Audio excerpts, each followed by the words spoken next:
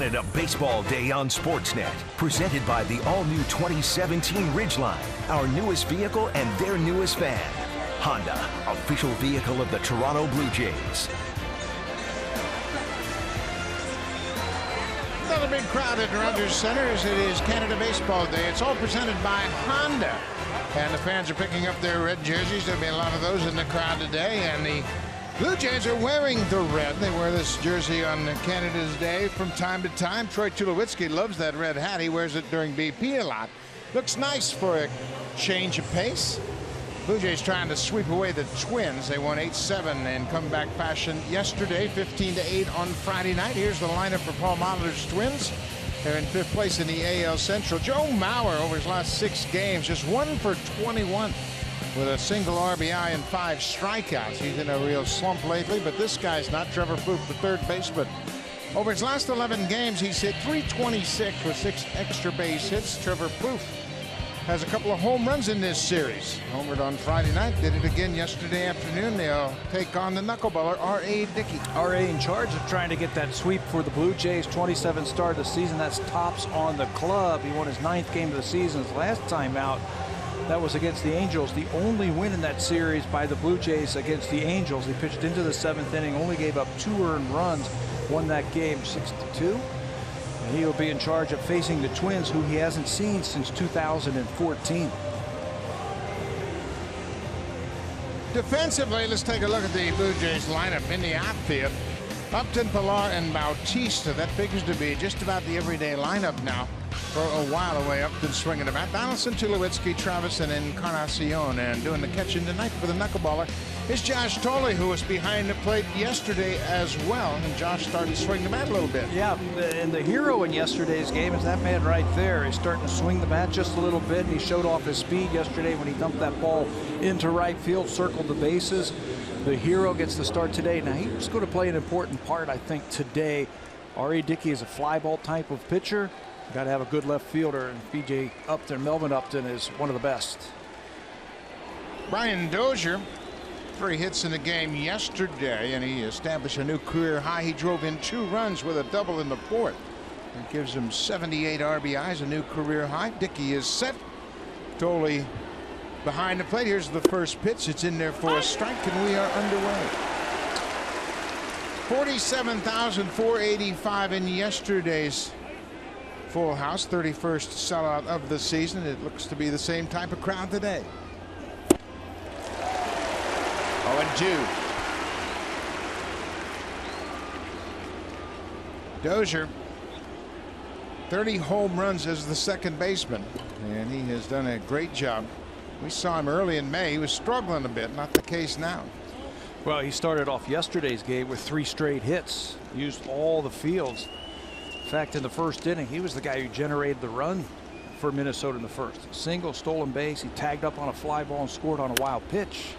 This is popped up. Encarnacion over near the seats. He's got room and makes the catch. Dozier's retired. Edwin stayed with it and ran it down just on the warning track. Oh, it's important to keep him off the bases. Edwin, you can see him smile a little bit. Wasn't real sure that he caught that ball. 2-strike knuckleball. Watch Edwin go over and watch it roll around a little bit in that glove, but he squeezes it for the first out. It's a tough test right out of the chute, and you can see that ball was bouncing around a little bit, and he could smile a minute. He made the catch for the first down. This is Joe Mauer. We mentioned he's 1 for 21 and hits it right back to Dickey. That'll make it 1 for 22. That is since August the 18th. He's been battling some leg problems.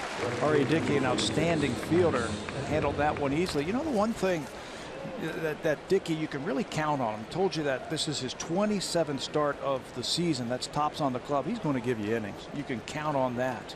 He has now thrown 155 innings this season. This is Max Kepler. He made the diving attempt on the line drive to right field off the bat of Melvin Upton Jr. Went over his head for a triple, and he was charged with an error. That was the difference in the game. Dickey is firing strikes here in the first. R.A. Dickey has not given up a run in the first inning in any of his last 11 starts. He retired the side in order last time out against the Angels. Here's the 0-2 pitch to Kepler. Got him. R.A. Dickey off to a good start this afternoon. 3 up, 3 down with the strikeout. Dickey's had a great month.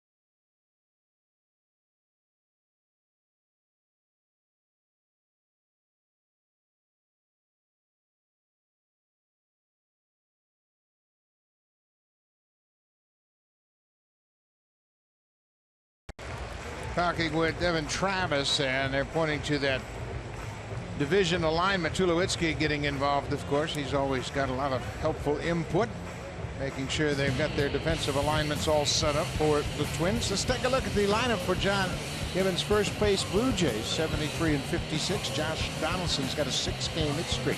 Batting .318 in those 6 games. A couple of homers and 7 RBIs, and right behind him, the win in Encarnacion. Look at his last 17 games. .338 average with 6 home runs and 14 RBIs. Edwin, one of the best run producers in the game. They will face Kyle Gibson, his 19th start of the season, 92nd of his career. He's 5-8. Took that 8th loss his last time out. That was against the Tigers.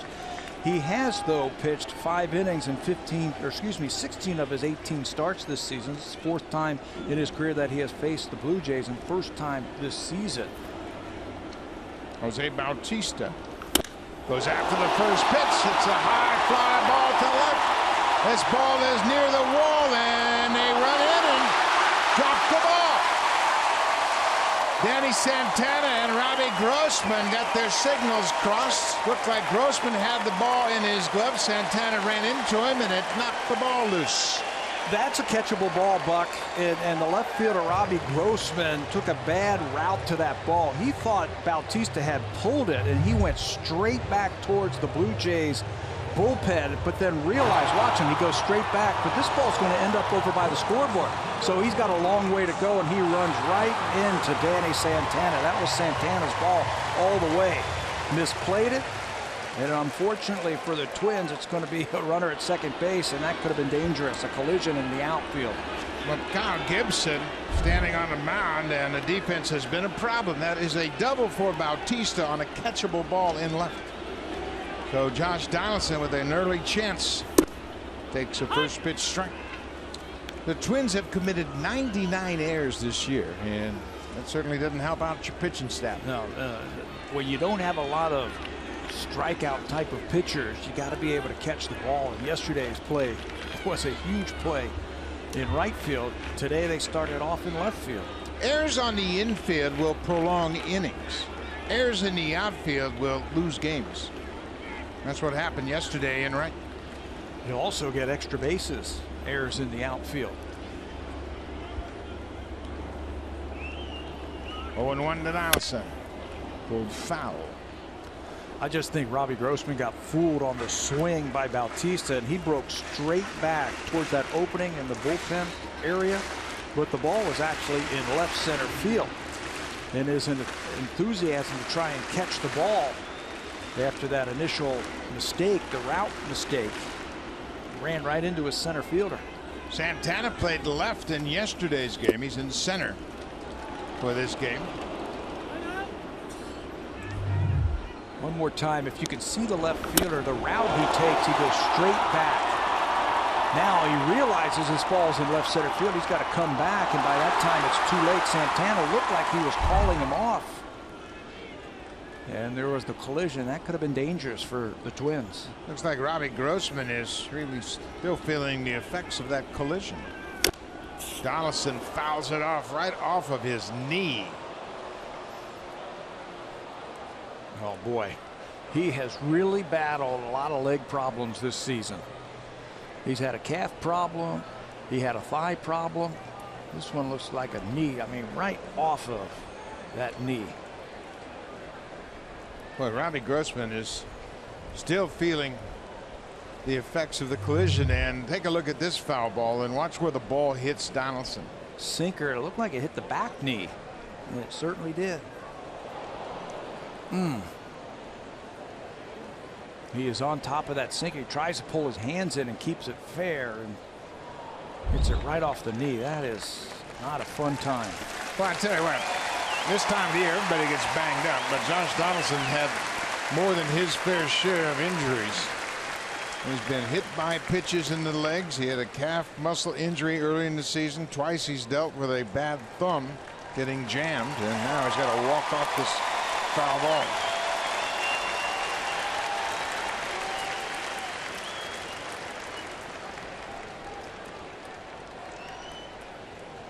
So Donaldson will step back in the box. It's a 1-ball, 2-strike count. Nobody out. Bautista with the double at second for Bautista, his 21st double of the season.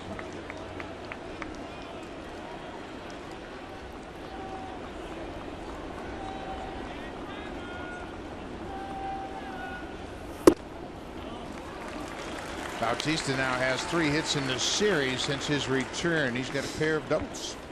Yeah, he has had great numbers in his career versus the Minnesota Twins.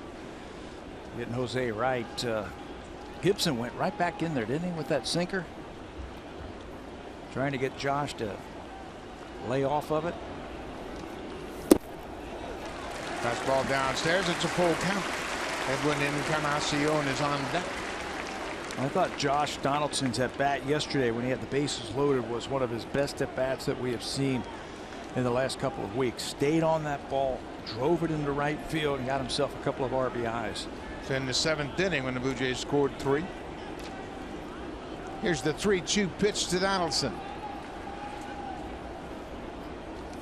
Fly ball in the alley in right center. Santana, the center fielder, will catch it. Bautista is tagging at second. He'll move to third on the fly ball.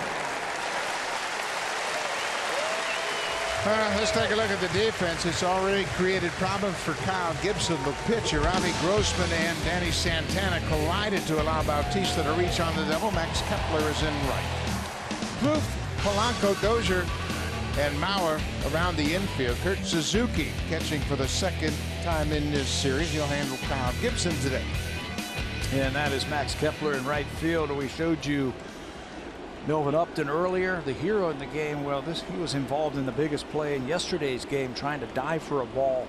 Ill-advised, it got by him. He circled the bases. I thought Kepler could have caught that ball right there in right field. I thought his angle would have been a lot better to try to throw to third base. But he was called off by the center fielder, and Bautista's able to tag up. There they are, the 2 guys involved in the big play yesterday. 0-1 to Encarnacion downstairs. Interesting infield alignment for Minnesota. It's not so interesting that they have 3 infielders on the left side, but they're playing very shallow. They're playing halfway early in the ball game.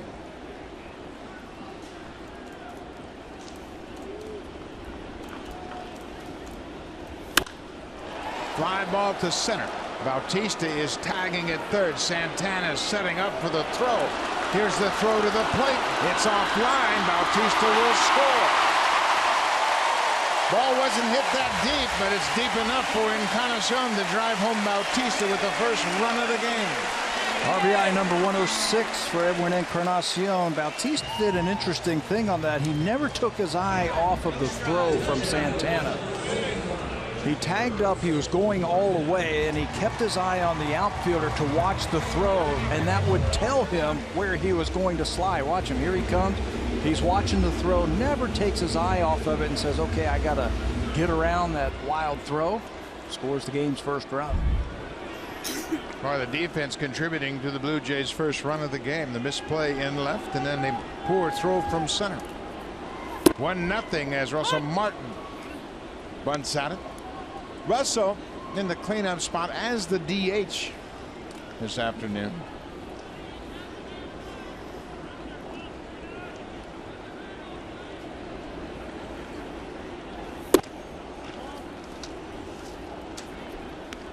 Boy, when you're swinging a hot bat like Russell is, you never want to take a day off. Gibby was saying yesterday that he's banged up just a little bit, so he had the day off yesterday. Back in there today as the designated hitter. Russell took a foul tip off his wrist a couple of days ago, and it just hit him above that pad he wears on his wrist. Martin has 19 RBIs since August 13th in just 44 at bats. So when you have that kind of production, it kind of eases the impact of those foul tips. Yeah, it doesn't hurt as much. Just like Josh Donaldson's fly ball that got Bautista to third base. Still going to hurt, but it doesn't hurt as much. 2-2 to Martin. Blue Jays with a 1-0 lead. Checked his swing. Russell's hit 7 home runs since August 13th. That's third in the major leagues, tied for third. Mentioned his RBIs. He's tied with Adrian Gonzalez, Mookie Betts, and Joey Votto, all with 19 RBIs since August 13th. Martin takes ball 4. A 2-out walk.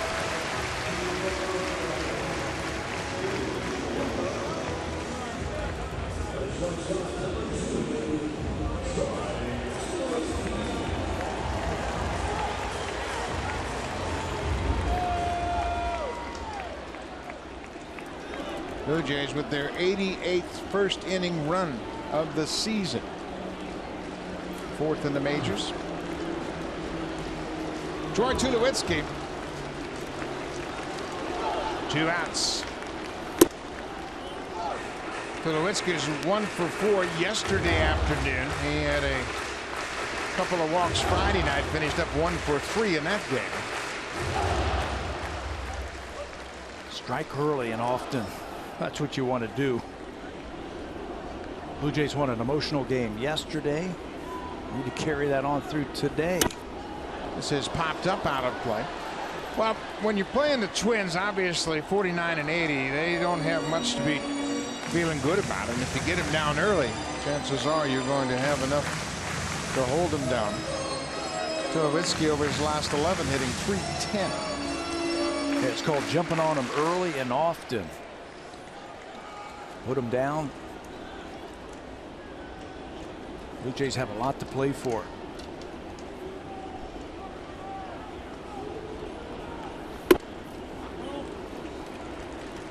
The Jays lost 2 of 3 to the Angels.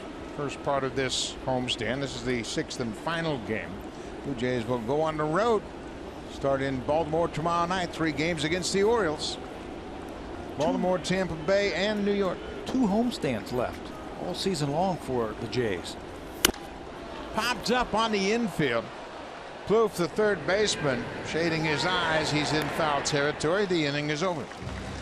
But the Blue Jays take advantage of the Twins defense in the outfield. Robbie Grossman and Danny Santana collide.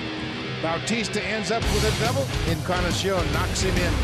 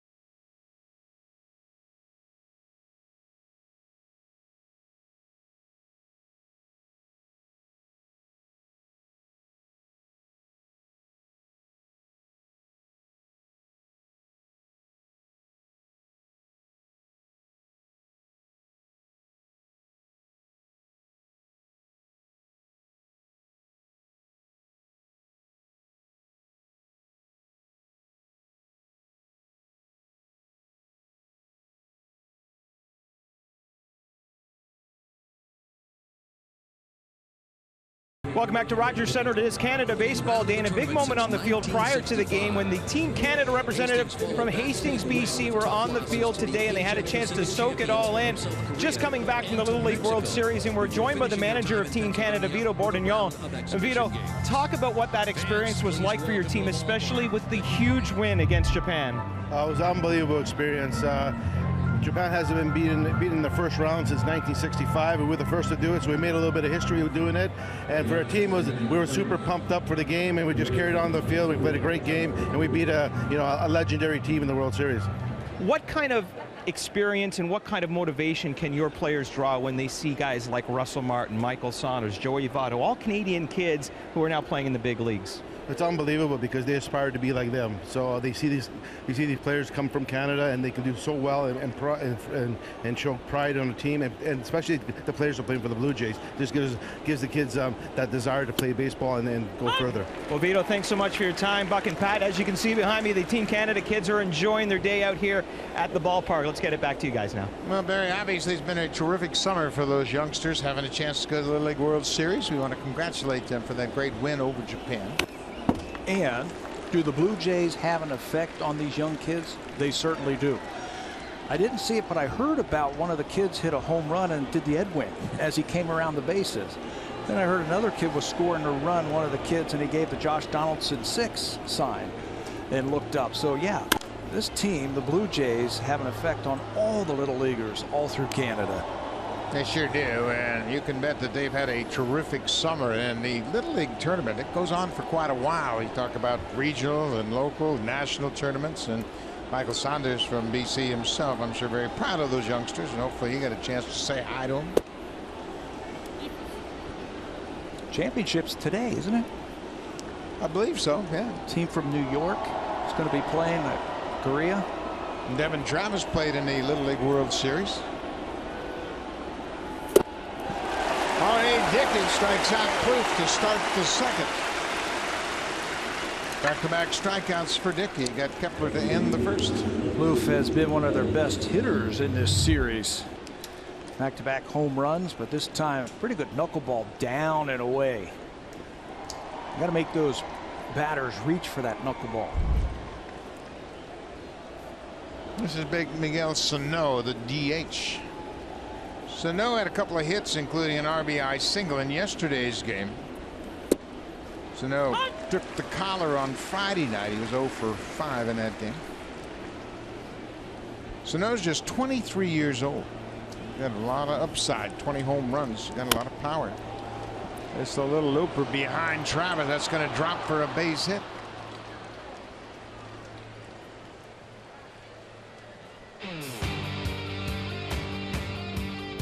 Home Hardware and Building Center locations, proud partners of the Toronto Blue Jays. Homeowners helping homeowners with expert advice. Been a beautiful weekend, all weekend long here in Toronto. The final weekend of August, that's hard to believe. As Pat mentioned, just 2 more homestands after this game today. Jorge Polanco, the shortstop, switch hitter, batting left-handed against Dickey. When Dickey's on the mound, the Blue Jays have turned 20 double plays this year. Overall, they've turned 109 ground ball double plays. There's a ground ball. Dickey will look at second and wisely goes to first for the easy out. You know, R.A. does a lot of small things that don't really show up in the box score that help him compete out on that mound. Yeah, he's a winner and he gives you innings, but he holds base runners. They just don't steal against him. He fields his position well, really well. He works quickly to help the infielders. That was a smart play right there. He had thoughts of maybe going to second base, but then took the sure out over at first base.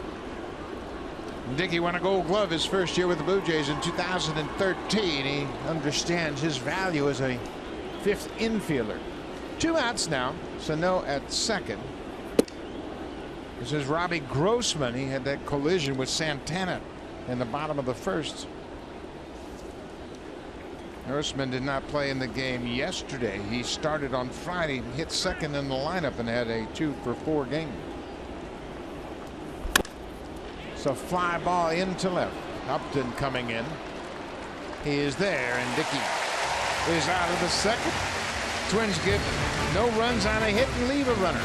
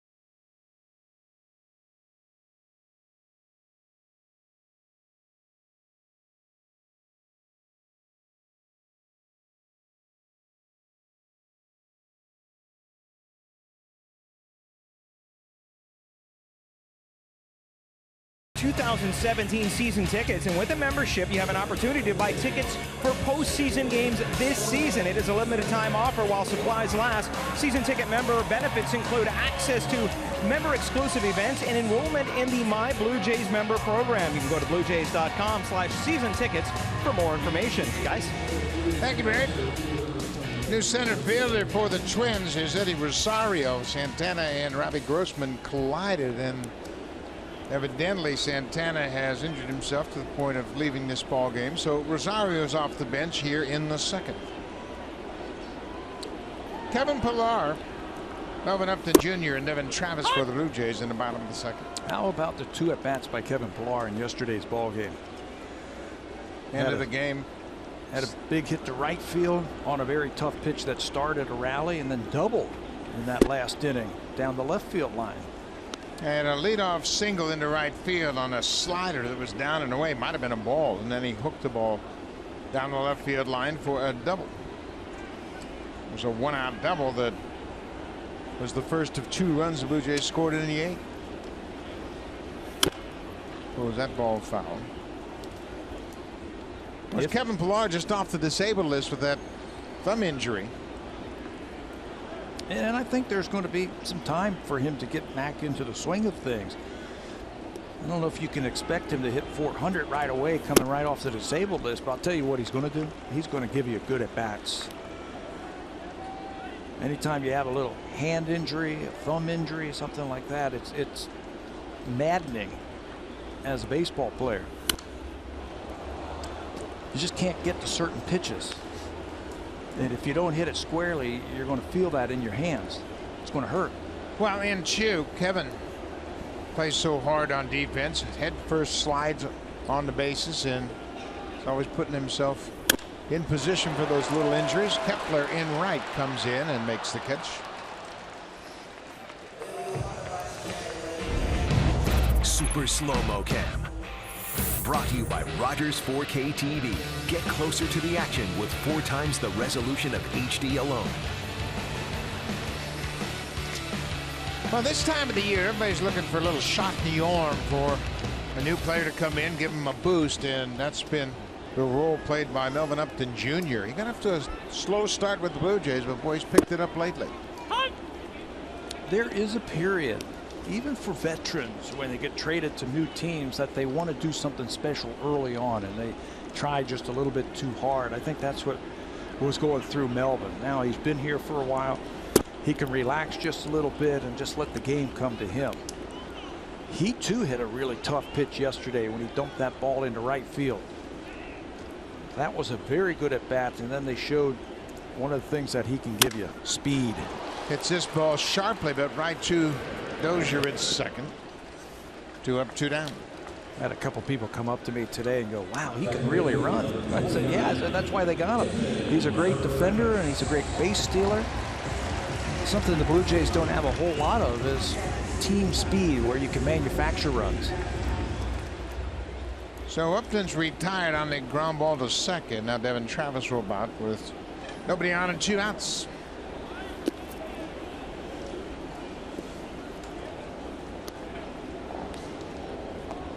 Travis playing for the second day after dealing with that hand injury. He'd missed the first 4 games of this homestand. It's this ball deep to center field, and this ball is going to be over the head of the center fielder off the wall. Devin Travis gets to second with a 2-out stand-up double. Nothing wrong with his finger on that one. He can flat out hit. John Gibbons has got him hitting down in the lineup right now. He said he wants to make sure that that finger, that hand is okay before I move him back up. I'll tell you what, I really like him down there for the reason that he can do this. He can drive in runs. He can get on base. He can do some damage down in the bottom of the order. So when you flip it over to the veteran guys, he's going to be standing on base for him. So Travis is in scoring position for Josh Thole. Thole catching for his second consecutive day. Who had a 2-hit game yesterday.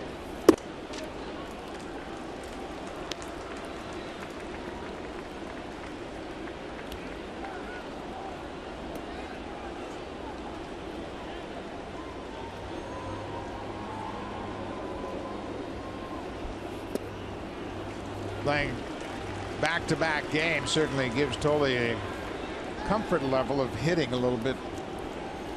That's what he said yesterday. And I get my 4 at-bats 2 days in a row. Maybe I can get some momentum going. Ground ball. Dozier playing him to pull is there. The inning is over. Blue Jays get a 2-out double. They leave a base runner. We'll go to the third. Jays have a 1-0 lead.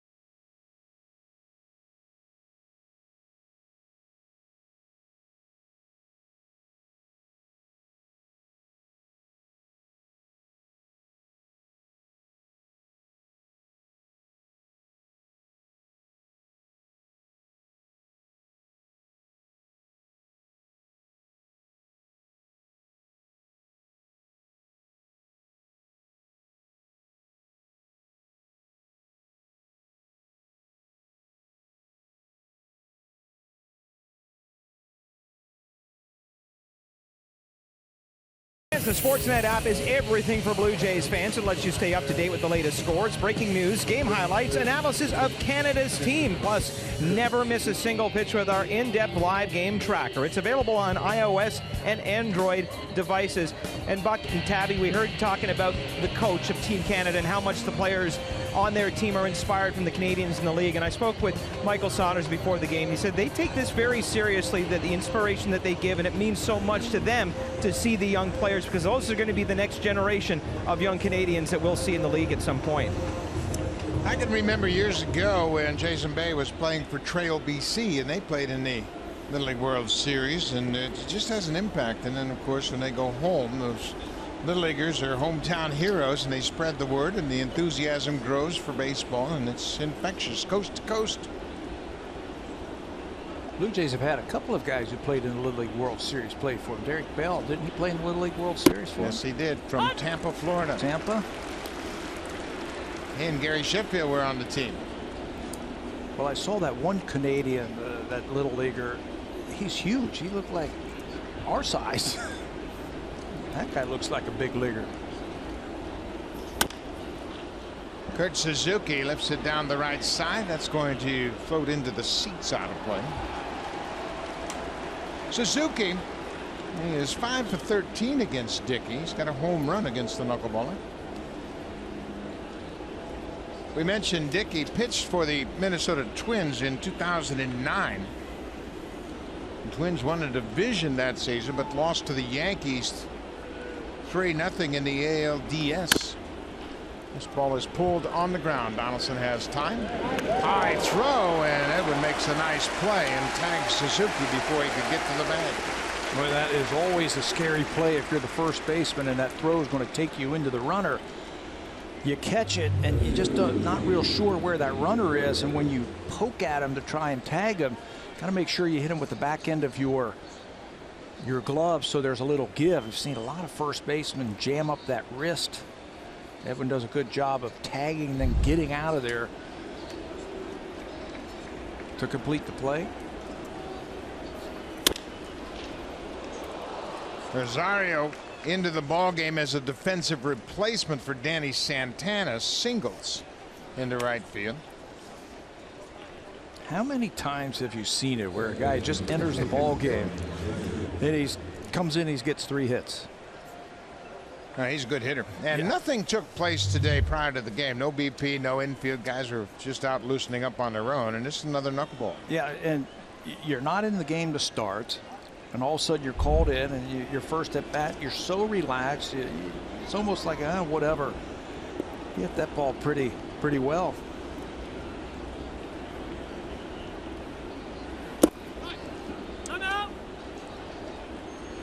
Back to the top of the order, Brian Dozier popped out to Encarnacion in fouled ground his first time up.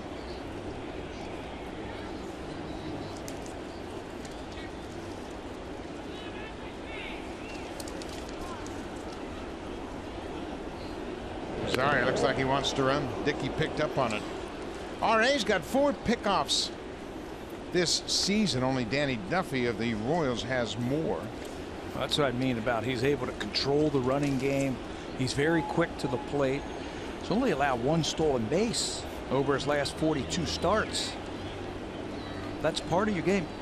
Everybody knows teams like to run on knuckleball pitchers because it's tough to throw. It takes a while to get there, tough to catch. He does an outstanding job of quick pitching, varying his times, holding the runner, and he's got a pretty good pickoff move over to first base.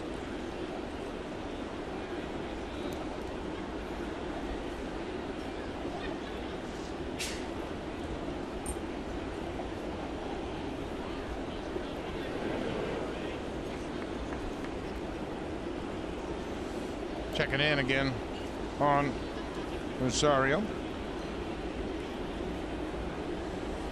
2-0 to Dozier. He's got some pop. 30 home runs on the season. That's 3-0 inside. Wow, how'd he catch that one? You mentioned the 30 home runs. The last guy to hit 30 home runs playing second base was Robinson Cano. So he is in class by himself when it comes to home runs as a second baseman. The last second baseman hit 40. You got to go all the way back to 1990. Ryan Sandberg hit 40 home runs as a second baseman. Like a fastball for a strike. To put it in perspective how tough Dickey is to run on, 1 stolen base, as Pat mentioned, over his last 42 starts.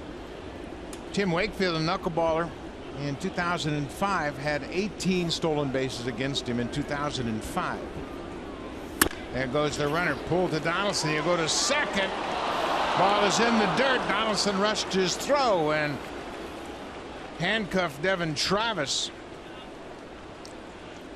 Well, he knows that the play should have been over to first base with the runner starting, and Rosario runs well enough that he's going to beat that play.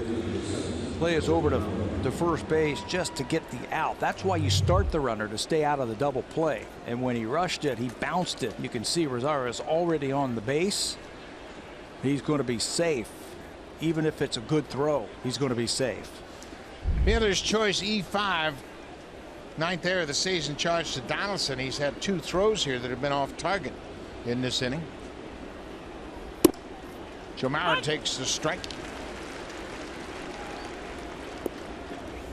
Mauer 1 for his last 22. Tapped back to the mound his first time up.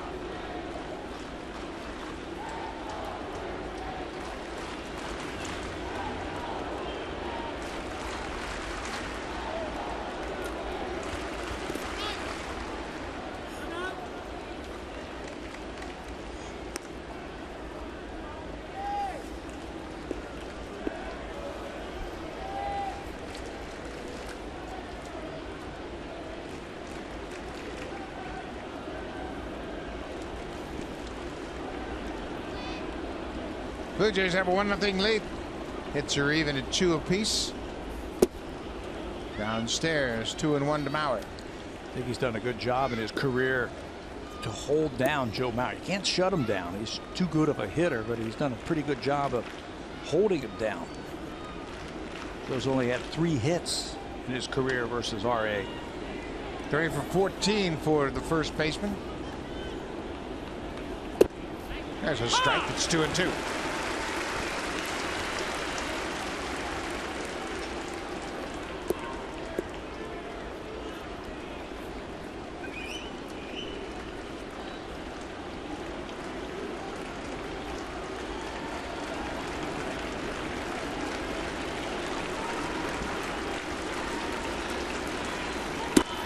Now it's a full count. Max Kepler is on deck. He struck out his first time up. Twins might start to runner here. Rosario from second, Dozier from first. He's looked very antsy out at second base, Rosario, like he wants to run. He's got good speed on the bases for the Twins.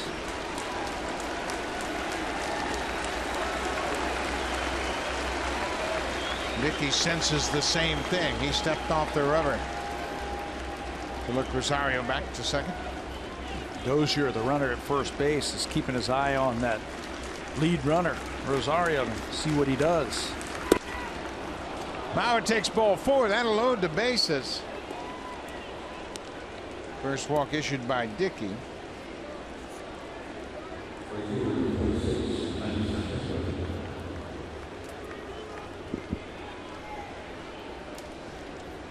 Blue Jays lead it 1-0.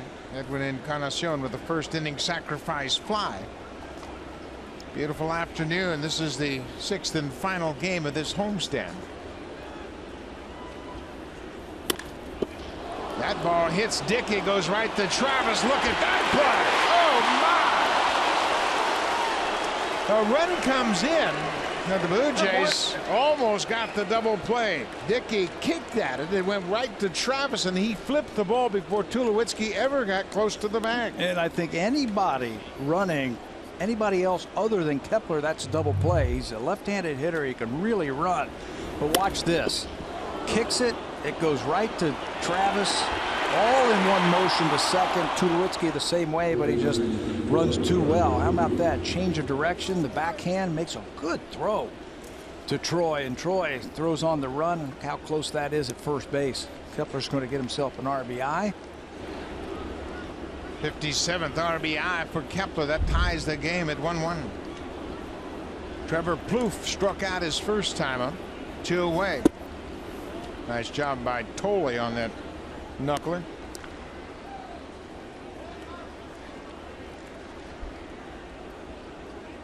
Well, defense has factored in for both teams today.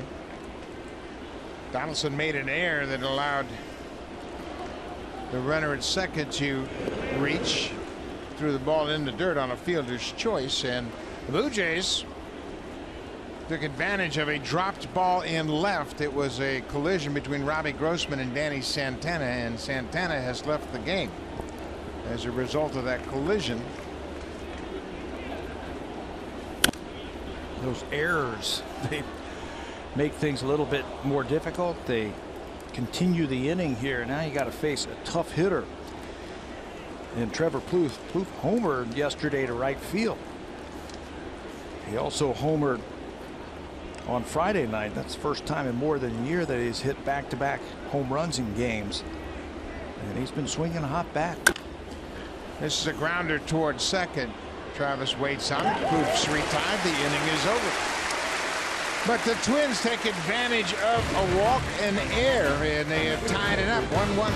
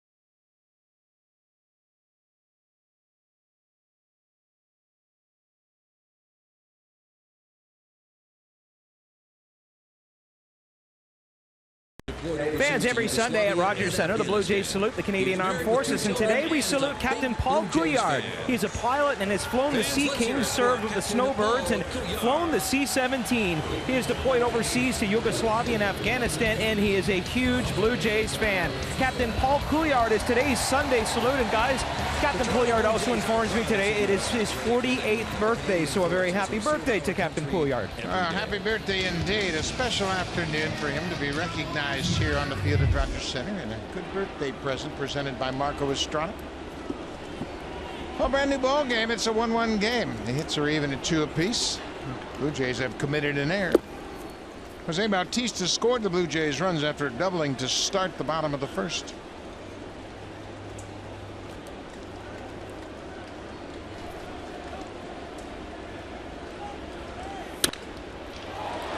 Wow, Bautista thought it was fair. Last time he saw it, looked like it was going over the bag at third. Chad Fairchild, the third base umpire, held up his hands indicating foul ball. Well, let's see how close this is. Fair, and that's foul.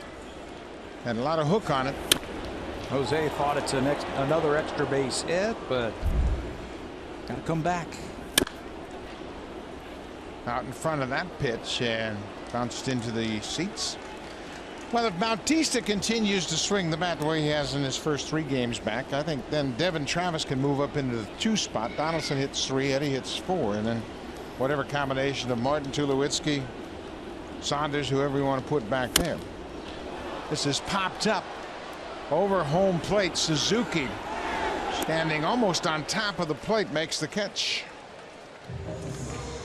Well, you talk about an impactful hitter. Josh Donaldson is among the OPS leaders in the American League, and it's a very impressive list. Well, whoever you hit in the lineup, you want to get your best hitters up the most in a game, and Josh Donaldson is one of the best in the American League. The on-base plus slugging leaders in the American League, led by David Ortiz, Mike Trout, Jose Altuve, and then right behind them, Josh Donaldson. So wherever you hit him in the lineup. He had an MVP season, hitting second all season last year for the Blue Jays, and that first and second spot seems to come up a little extra every game. So I want this guy hitting as many times as possible. Yeah, and I think John Givens does as well, but I think when you think about the impact that Travis could have batting second ahead of Donaldson. There's a drive deep to left and way back and gone.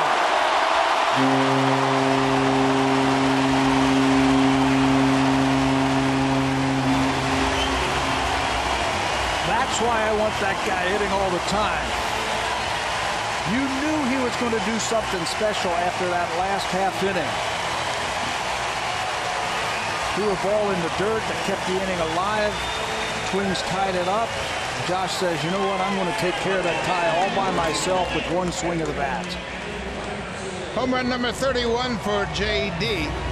RBI number 88, closing in on 100 himself. And that gives the Blue Jays the lead back. It's a 2-1 game.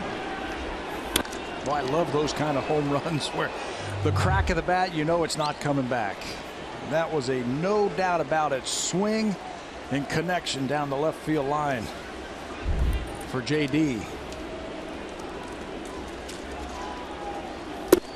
Donaldson lays off that outside pitch. It's a ball on the strike. Well, when the Blue Jays are all healthy in the lineup at the same time, there are a few lineups that can match them for power. Baltimore, of course, that's the team we're going to see next. They've got 3 30 home run hitters. But Edwin Encarnacion with 36 home runs and 106 RBIs. But over the last 5 seasons since 2012, Encarnacion has 187 home runs and 528 RBIs. We mention that because no other player has produced such high totals in both categories over a 5-year period since Miguel Cabrera did it from 2009 to 2013. And his numbers were almost the same as Encarnacion. He had 190 home runs. Edwin has hit 187 home runs over that 5-year span. But you don't hear Edwin's name mentioned with all the great sluggers around baseball. No, you sure don't. He doesn't get the attention he deserves for being an impactful hitter. The fans know, obviously, here in Toronto and across Canada. Full count pitch. Ball 4. That'll go back to the screen, and then Encarnacion's aboard.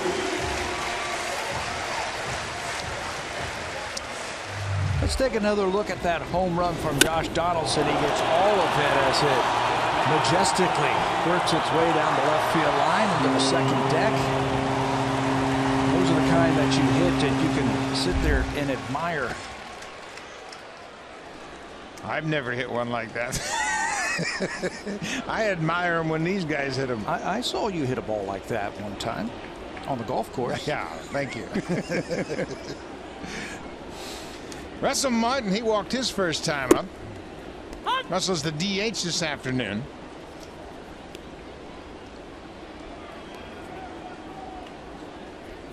This might be like a day in the playground for Russell Martin, not having to catch.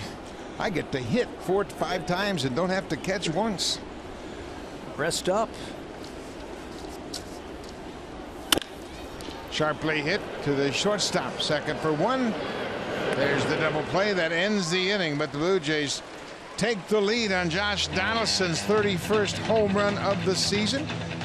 And here comes the Ultimate Cleanup Crew, brought to you by Home Hardware's exclusive line of the ultimate hard-hitting and tough-on-grime cleaning products.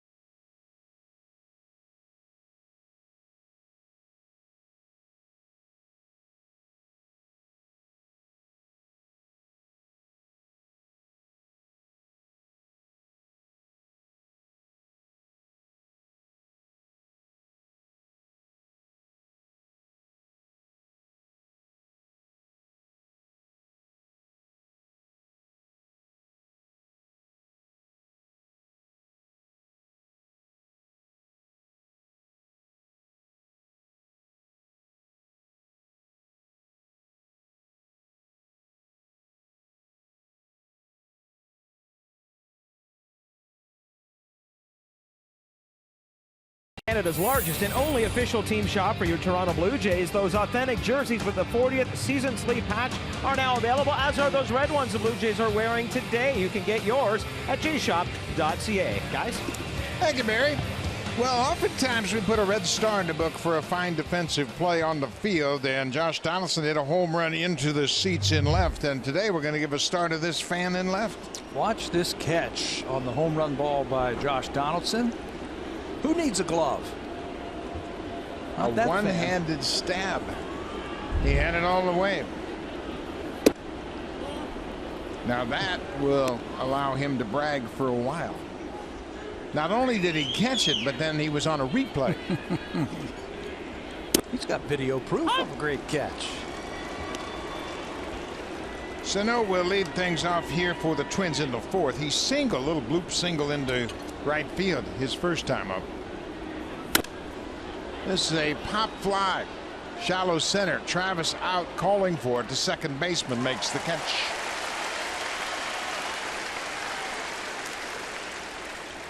Pat, how important is a win for the Blue Jays today before they head out on this 9-game road trip?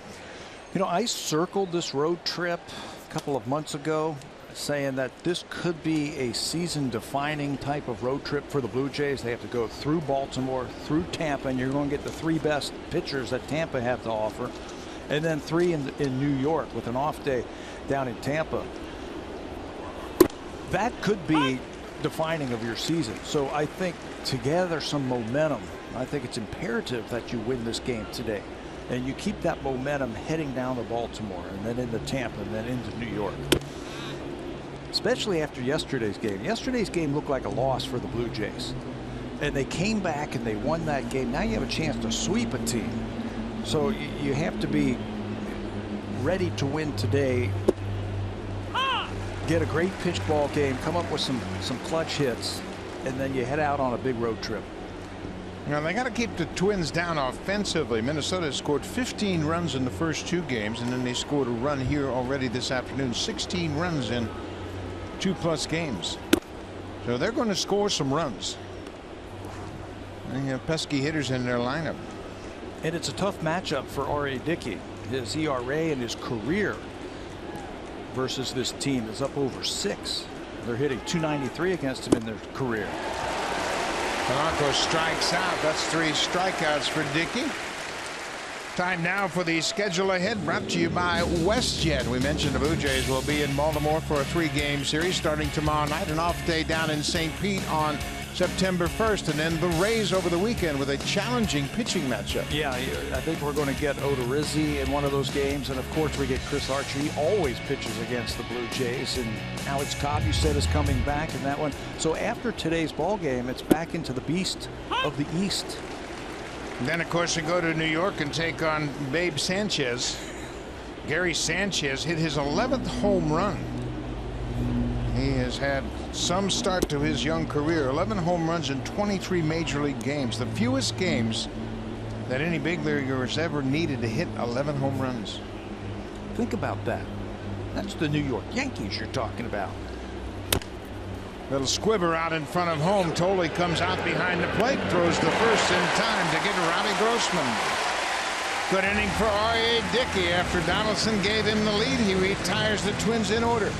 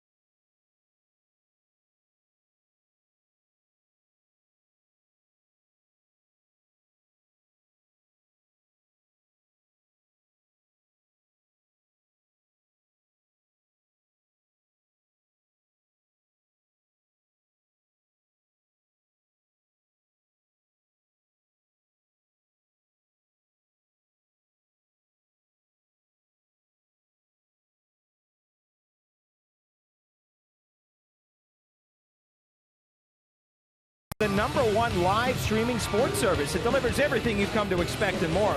Watch every out-of-market game live in true HD on over 400 supported devices. Includes a free subscription to @Bat Premium, the #1 app for live baseball. Blackout and other restrictions apply. Visit MLB.tv for details. And boy, that could come in handy for those wanting to watch stuff like the Red Sox when the Blue Jays are not playing. Red Sox beat Kansas City last night. David Price and Danny Duffy. Tulowitzki goes after the first pitch, hits it off the end of the bat, flies out to center.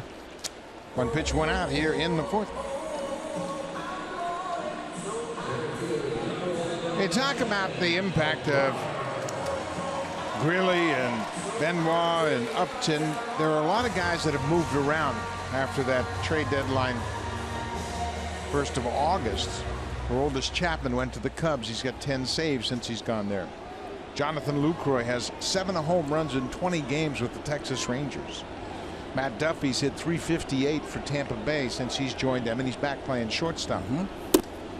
The impact has been dramatic in some places. Carlos Beltran's only hitting .207 for Texas since that trade from New York.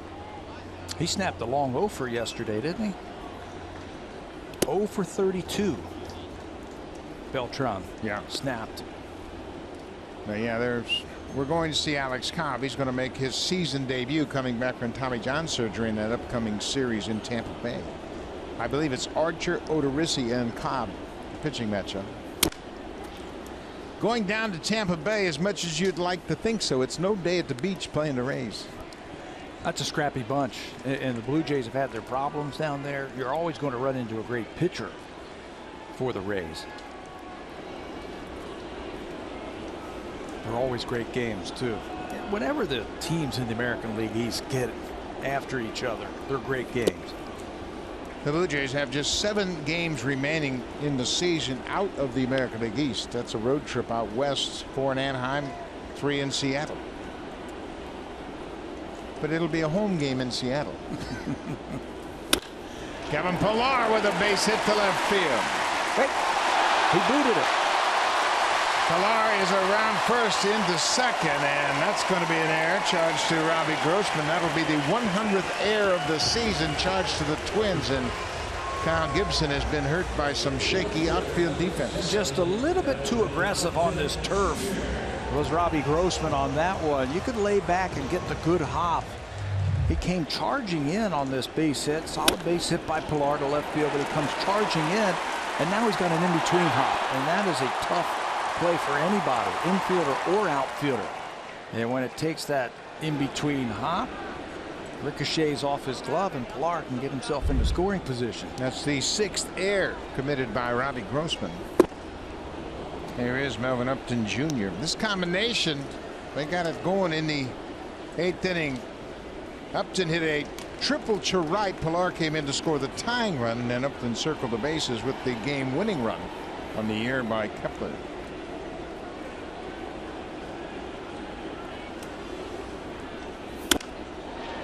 High fly ball into shallow center. Center fielder makes the catch. Rosario came in the ballgame defensively in the second after Santana left the game. We have been informed that Santana injured his left shoulder, the AC joint strain in his left shoulder as a result of that collision with Robbie Grossman.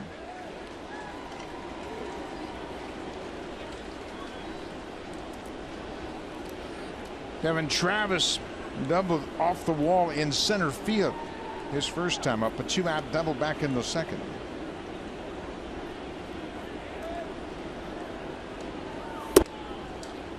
That's all he might see in this at bat right here. Breaking balls or something off the plate. You got first base open. Devin Travis hitting just a shade under 300.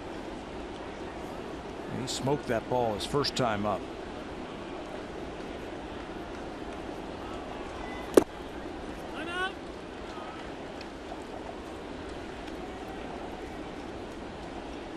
Devin's done a nice job of picking up base runners in these situations.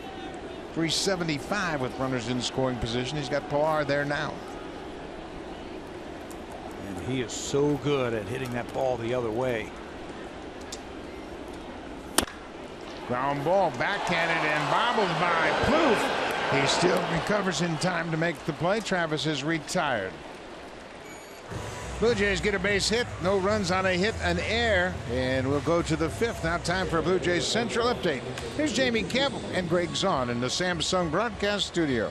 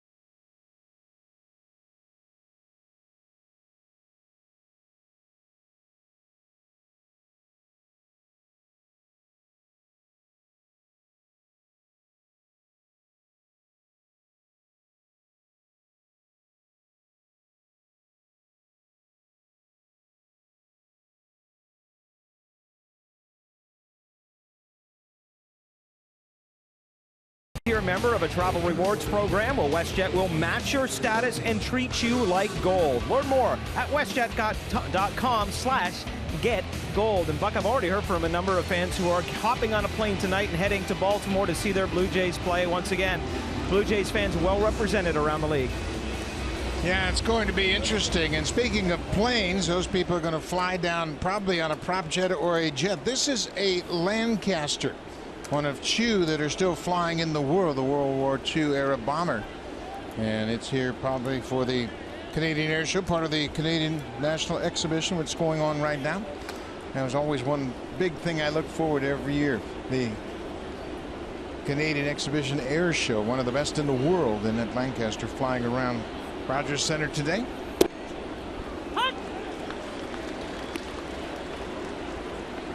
Kurt Suzuki, the catcher, leads things off for Minnesota. R.A. Dickey has retired. The last 4 he's faced.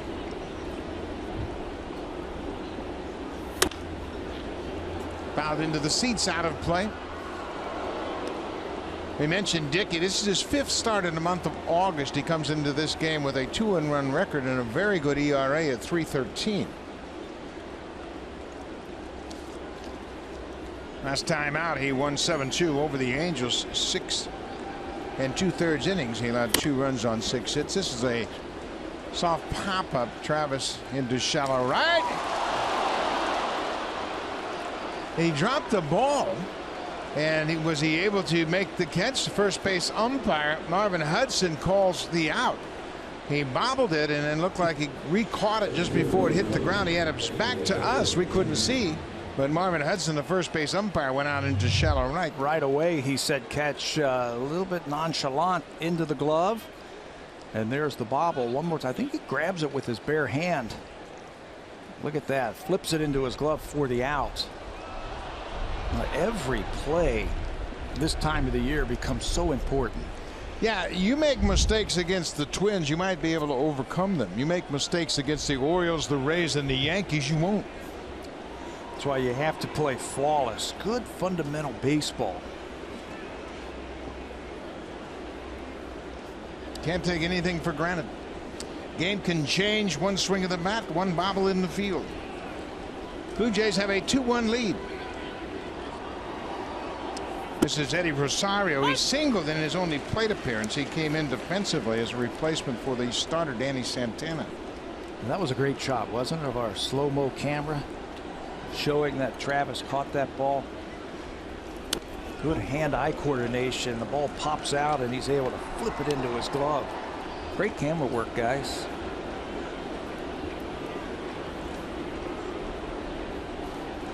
Way to go, Ryan. Down there next to the Twins dugout. He's got maybe the best seat in the house. Maybe? He has the best seat in the house. Well, besides you and me. Yeah, but they're not bringing any popcorn or Cokes. 1-2. Eddie Rosario with one out. Popped up over the Blue Jays dugout, back into the seats, out of play. That's where you got to pitch Rosario right there. He's getting 130 on pitches high in the strike zone. He got a knuckleball his first time up and pulled it into right field. It was a low knuckleball. R.A. went upstairs with that one. Rosario was in center field yesterday. Started out in center.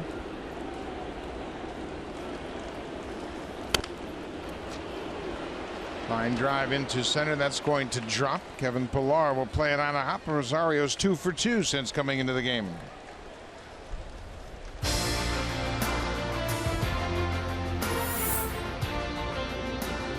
We've been there from the start.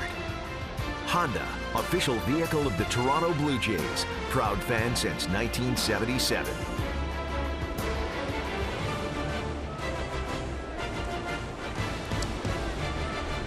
Summer is winding down in southern Ontario, and the Blue Jays will be on the road for 10 days after this game today. Have an off day in St. Petersburg prior to the 3-game series against the Rays. Brian Dozier was 3 for 5 yesterday. He's 0 for 2 so far in this game.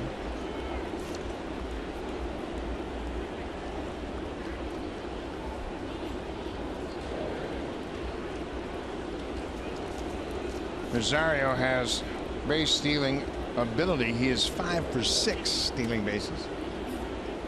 They might want to let Dozier swing away here. He's got some power.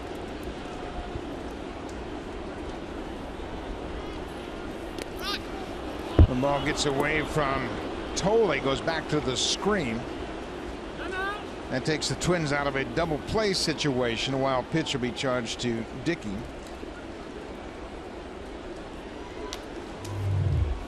Knuckleball, he just pulls it outside. Josh Tole tries to backhand that one. Really no chance to block it. There are so many complications to catching the knuckleball that are really subtle, and oftentimes you don't think about them. If you're catching a conventional pitcher and you call for a breaking ball, as a catcher you're going to cheat to your right because you know if it's going to handcuff you, it's going to be in the dirt to the right. Well, with a knuckleballer, you just have to stay neutral. You don't know where it's going. So when that ball is down to your right, you know, you say, well, he should have shifted out there. He didn't know where it was going. And Josh Tole has a unique way of catching knuckleball. He sits side saddle. Says it helps him to relax just a little bit. And the key for him catching the knuckleball is relaxing his hand. So he sets it right on the left shin guard to keep the hand nice and relaxed. And then Doug, you can't go out and reach for the ball. You got to let that ball come to you. So you can't shift over conventionally and block a ball in the dirt like that.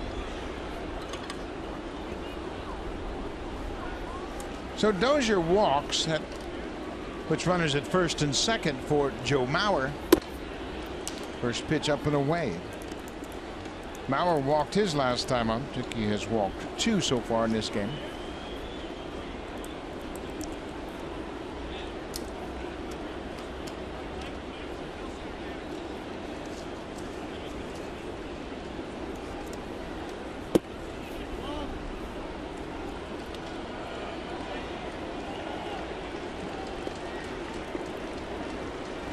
Got to make a good pitch here. See, that glove has Russell's name on it. Obviously, it was made for Russell Martin. Now Tolley's using it. And I bet you Russell presented it to Josh. Here, you can have my knuckleball glove. I don't even want to see that thing this year. You go ahead and catch R.A. as much as you want. I'll get you as many of them as you need. Just keep it out of my locker.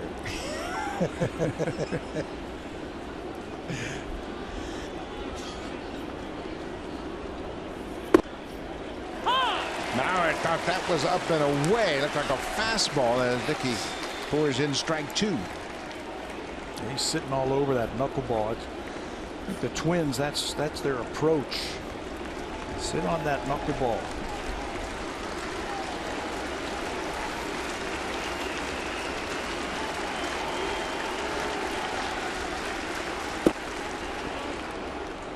It'll be a full count to Mauer, 1 out. Blue Jays clinging to a 2-1 lead. Max Kepler, the 3-hitter, is on deck. Rosario's at second. He singled. Dozier's at first. He walked, and now Mauer with the full count.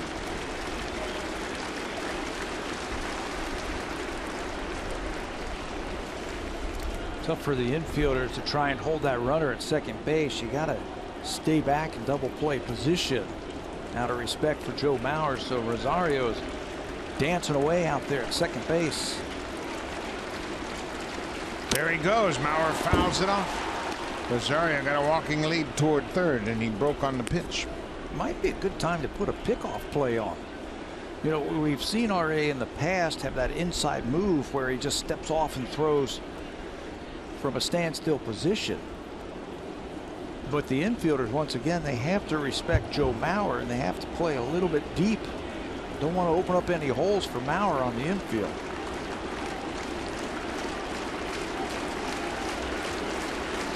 There go the runners, ball 4. So the bases will be loaded with 1 out. Mauer walks for a second time. Back-to-back walks issued by Dickey here in the 5th, and Max Kepler a step to the plate. He drove in a run with a fielder's choice, beat out a ground ball back in the 3rd. Boy, this looks just like the 3rd inning, doesn't it? Suzuki led off with an out. Santana's Rosario single. He came around to score on that Kepler at bat. It's the first time Kepler has seen R.A. Dickey. He's 0 for 2 with that fielder's choice RBI. And he struck out in the 1st. That was a good knuckleball. A strike to ball knuckleball started out in the zone and then broke down and in.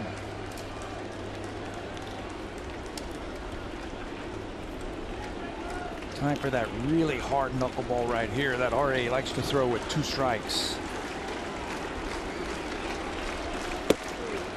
There it was, 81 miles an hour, and Tolley did a nice job of catching it. 1-2 now. After this game today, the Blue Jays will have 32 games left on their schedule.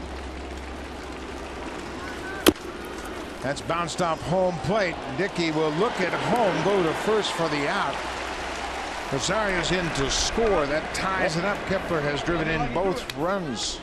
With crazy infield ground balls. Remember the last time it went off of RA and the Blue Jays tried to turn a double play? It went 1-4-6. This time Kepler pounds it right off top of home plate, and it stayed up there long enough. RA was thinking about maybe going home. But you got to get outs one more time. Right off the mound, Rosario runs too well. So this is a lot like the 3rd inning. Almost a carbon copy of it. Rosario has scored both runs, and Kepler has driven in both runs. And dangerous Trevor Plouffe. He's 2 for 13 against Dickey. A strikeout and a ground out.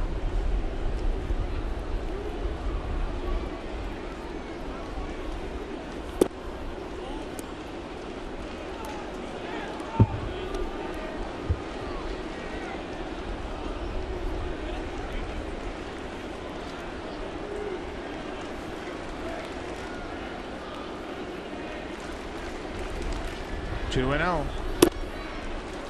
Nice job by Tolley to give the ump a good look at that pitch. James Hoy behind the plate today. Tolley, of course, has caught R.A. Dickey more than anybody. Made that thing nice and easy, a nice easy play as the wind is starting to pick up here this afternoon. Base hit to left field. Dozier's in to score. They're going to stop Mauer at 3rd, and Plouffe has given the Twins the lead. Trevor Plouffe, RBI number 40 on the season, his first hit of the afternoon. Pete Walker on the phone to the bullpen.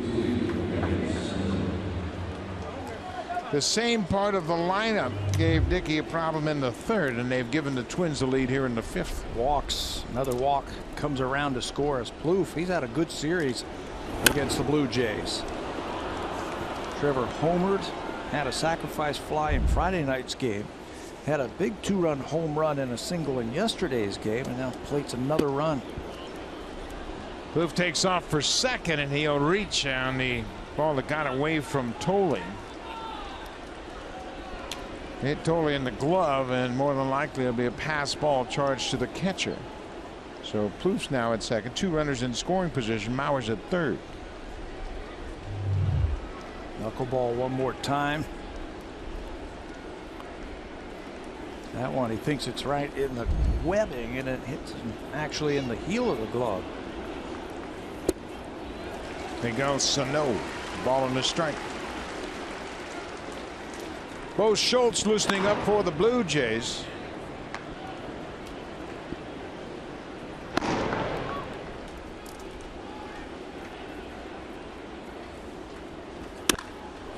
Hit hard but foul. It's really going to be interesting to see what the Blue Jays do next time through the rotation. Aaron Sanchez is coming back on Wednesday. He's going to start in Baltimore in the final game of that series. R.A. Dickey's scheduled to pitch in Tampa Bay. Yeah. It's just going to be interesting to see if they're going to stick with this 6-man rotation. Do they go 6-man or do they go back to the 5-man? 1-2. Fouled off the catcher's glove. Blue Jays obviously don't have to make any announcements, any proclamations. They're keeping everything pretty close to the vest, but you can bet they have an idea what they're going to do. They look at matchups and they look at history, who's pitched well against who, as they map out the pitching going forward. There's a base hit that's going to score 2. Mauer's in to score. Here comes Plouffe right behind him, and Miguel Sano, a 2-run single into center.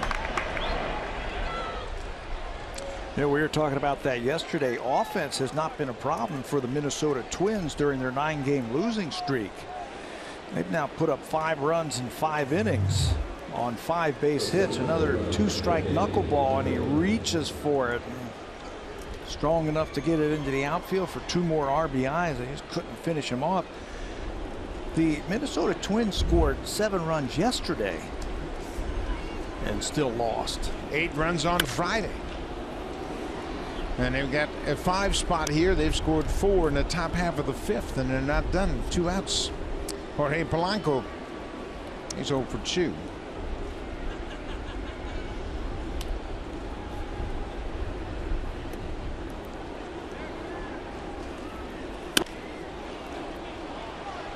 Pop up behind short. Tulowitzki goes out there, and that'll end the inning. But Minnesota scores 4 runs on 3 hits, 2 walks, and have taken a 5-2 lead.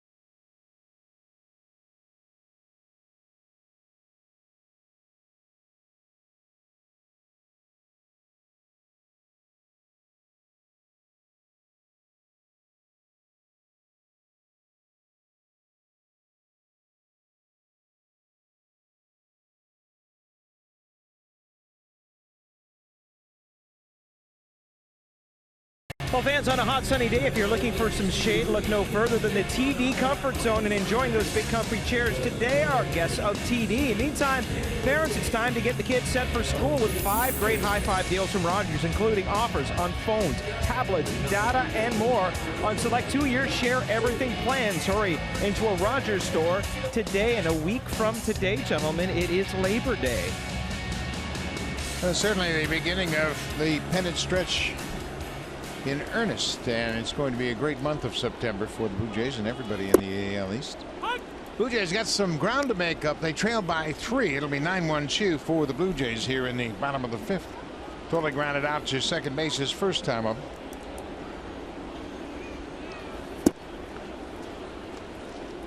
A 1-2. Pretty good changeup right there. That's the pitch that has really hurt Kyle Gibson this month. They're hitting over 600 against that changeup. That time it was pretty good.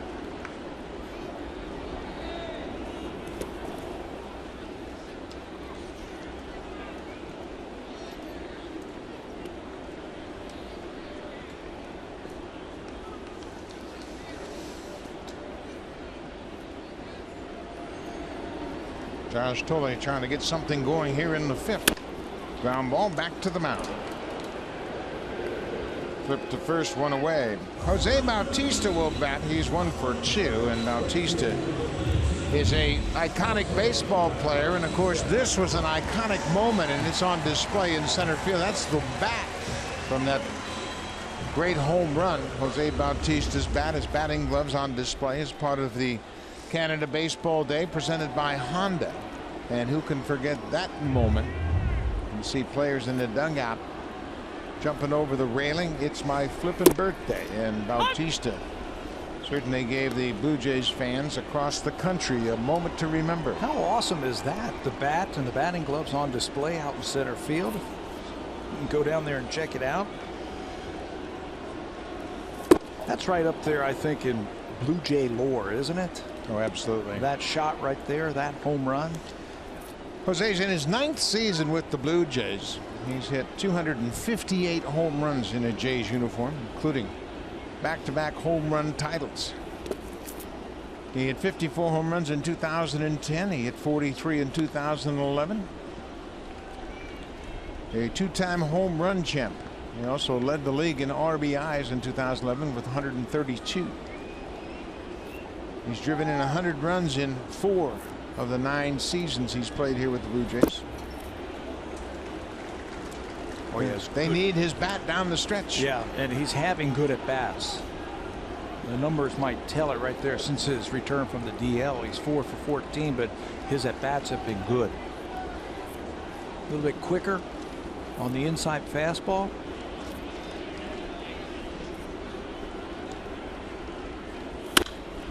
Sharply hit past the shortstop into left field. And Bautista, his second hit of the afternoon. Well, there are a lot of great memories for Blue Jay fans, and that's one of them right there. The World Series trophy from one of the 2 World Series championships, 92 and 93. A lot of baseball memorabilia on display up behind the WestJet flight deck. So if you're listening in the ballpark, make your way out there and see some of those great items. And those flags, a constant reminder of a terrific baseball time in Blue Jays history. Pat Gillick was in the house today along with Robbie Alomar. Pat Gillick flew out the first pitch. He was an assistant general manager in the first season of the Blue Jays, 1977, and became the general manager in 1978. Certainly had a lot to do with the early success and the eventual World Series championship teams.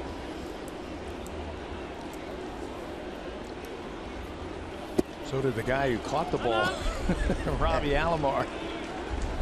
Both of them are in the Hall of Fame. Pat Gillick is in the Hall of Fame as the general manager, and Alomar is in the Hall of Fame, of course. He's a great player.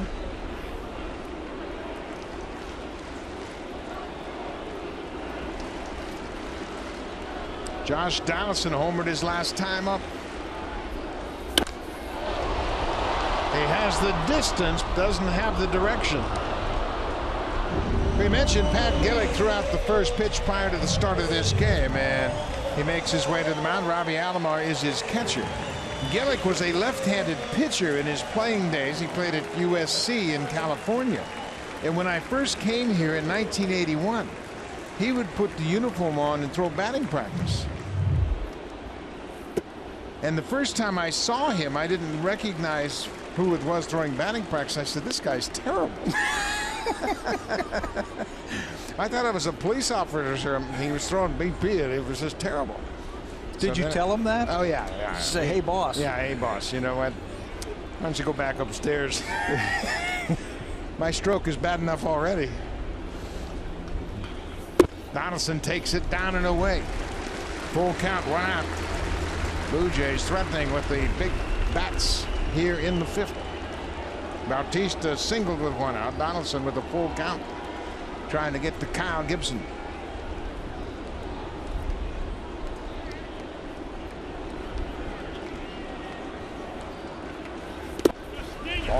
Donaldson walks on ball 4. So Gibson creating problems for himself. He has now walked 3. Blue Jays haven't been able to take advantage of that. None of those walks have scored yet. But just like that, tying run comes to the plate, and a guy who can tie it up with 1 swing. Edwin drove in a run with a sac fly in the 1st. He knocked Bautista in from 3rd. He walked in the 3rd, so he's had a good look at Kyle Gibson already in this game. Well, this is the 3rd time through the lineup for the Blue Jays facing Kyle Gibson, and at least the first 2, Bautista and Donaldson, they were eyeballing him. They were all over every one of those pitches.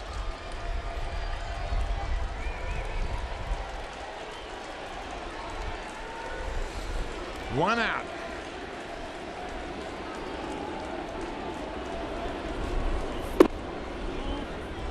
Jones got him zeroed in. Didn't even flinch at that pitch down and away.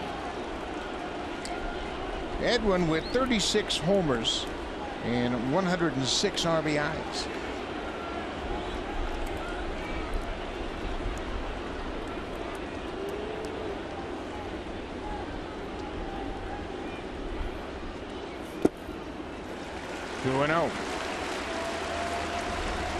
It's such a difficult lineup to navigate your way through if you're an opposing pitcher. You got power hitters, but they're very patient. They do their homework. They have a pretty good idea of what you're going to try and do to get them out. Edwin is looking for 1 pitch in 1 spot. That was it.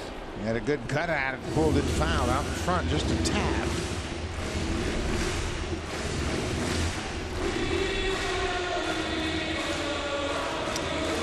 Kyle Gibson has now surrendered 15 home runs after the Donaldson home run in the 3rd. The Parrot Watch is on.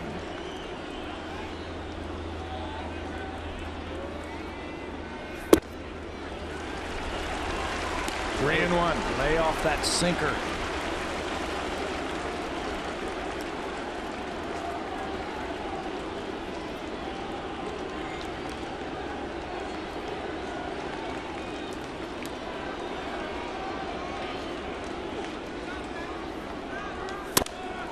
Popped him up on the infield.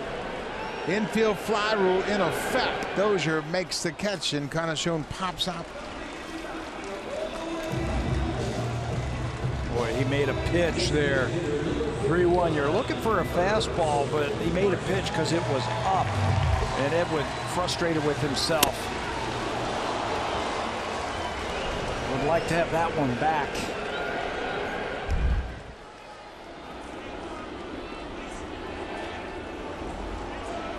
Russell Martin, a DH, has walked and grounded into a double play. Martin with 19 RBIs in his last 45 at bats. He's also tied a team record for most RBIs in the month of August for a catcher. He's driven in 20 runs. He is tied with Darren Fletcher and Ernie Witt for the most RBIs in a month. Would love to see him break that tie right here.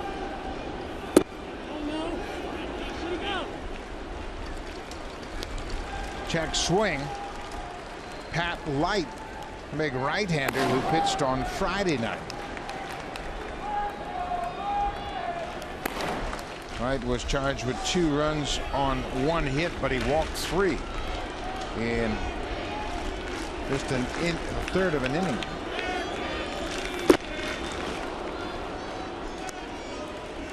Martin took 1 shot, thinking about maybe hitting a home run. Now to see if he changes his sights a bit. Yeah, he crossed him up. Kyle Gibson threw him a slider and a fastball count.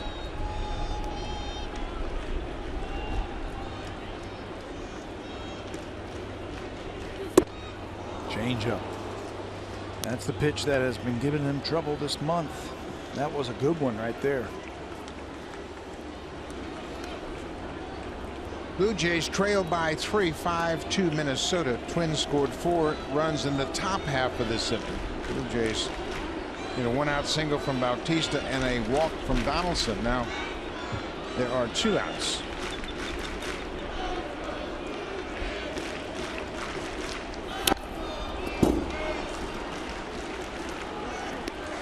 Another off-speed pitch, and Martin was out in front.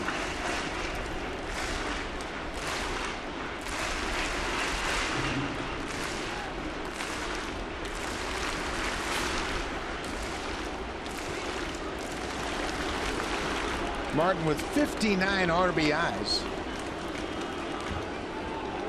Looking to add to that total. And he strikes out. The Blue Jays threaten but cannot score here in the 5th. We'll go to the 6th. Minnesota behind Kyle Gibson has a 5-2 lead.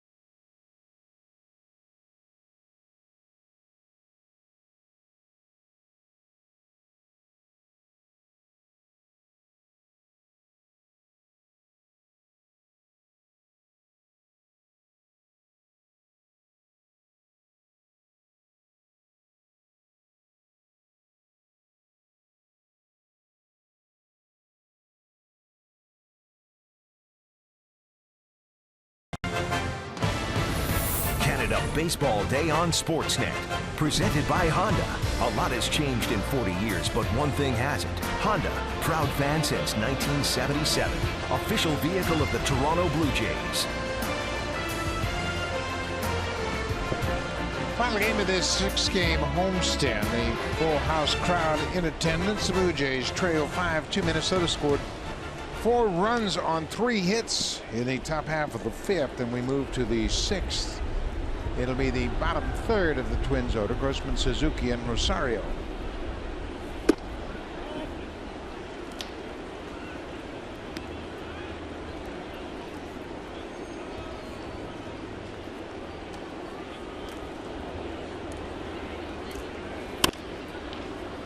Pop up down the left side. That's going to drop and bounce into the seats out of play.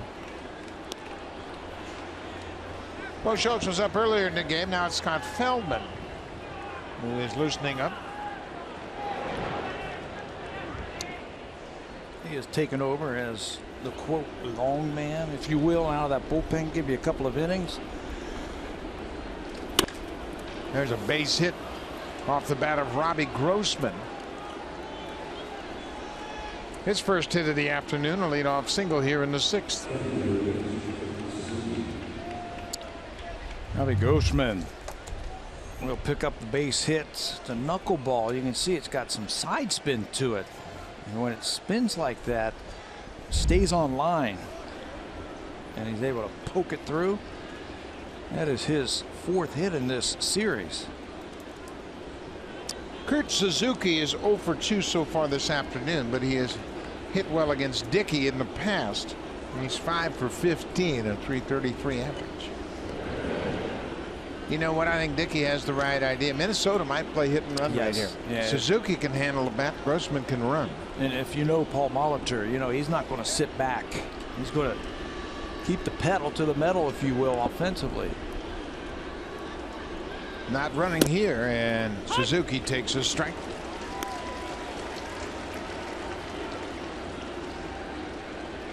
Minnesota has but 6 hits, but they've turned those 6 hits into 5 runs. Walks. There's been a few walks. Last inning, a couple of walks came around to score with 2 outs. Dozier scored and Mauer scored.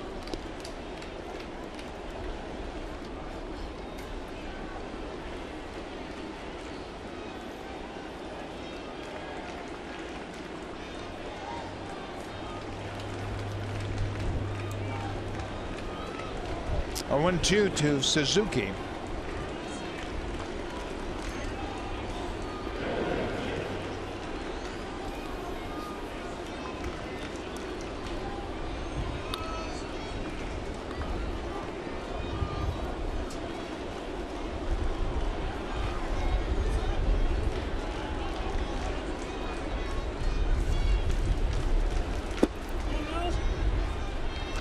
The appeal down the first base umpire, and he indicated no swing, so it's 1-2.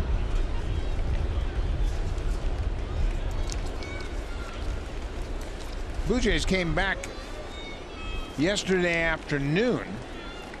They trailed 5-1, 5-3, 7-3, and came back to win at 8-7.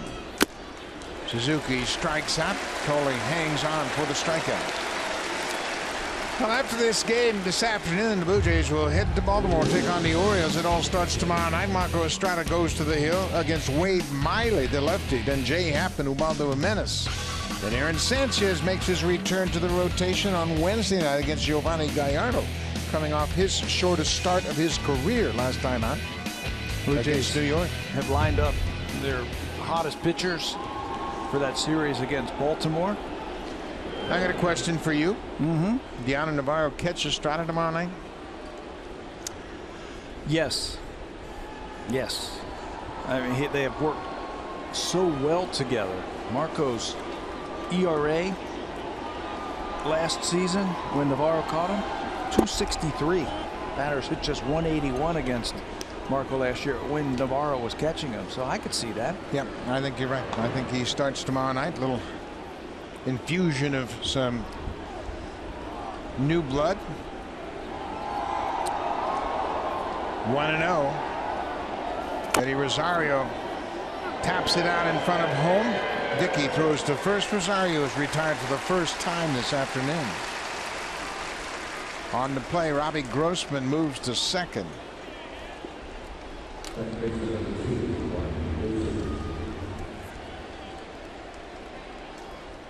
Pete Walker with some final instructions to the bullpen. Dickey working with 2 outs here in the 6th. Feldman certainly ready by this time. It's an interesting thought. You know, Navarro's going to meet the team in Baltimore. If you put him right in there, I don't know what you're going to wait around for, but you'd like to figure out a way to keep Russell's bat in the lineup. Also, now there's a left-hander throwing Wade Miley, so you might see him DH again tomorrow. Yeah, that's interesting. And Russell, by the manager's words, is beat up a little bit right now, so maybe another day at DH serves him well. First things first. Got to win this game. Got to win this game. You got to figure out Kyle Gibson, and you got to hold that lead at just 5-2. You're within striking distance.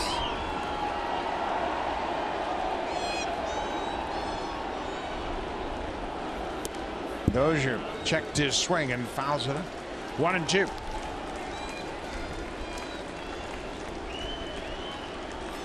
Blue Jays will have 4 more trips to the plate. Plenty of time to get back in this game.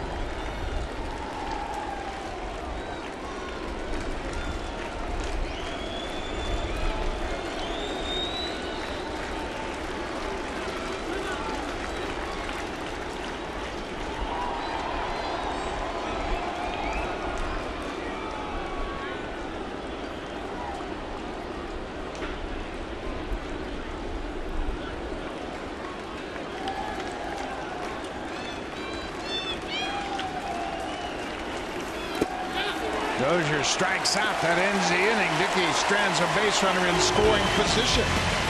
We'll go to the bottom of the 6th. Tulowitzki will lead things off. Pilar and then Upton. Jays trail by 3.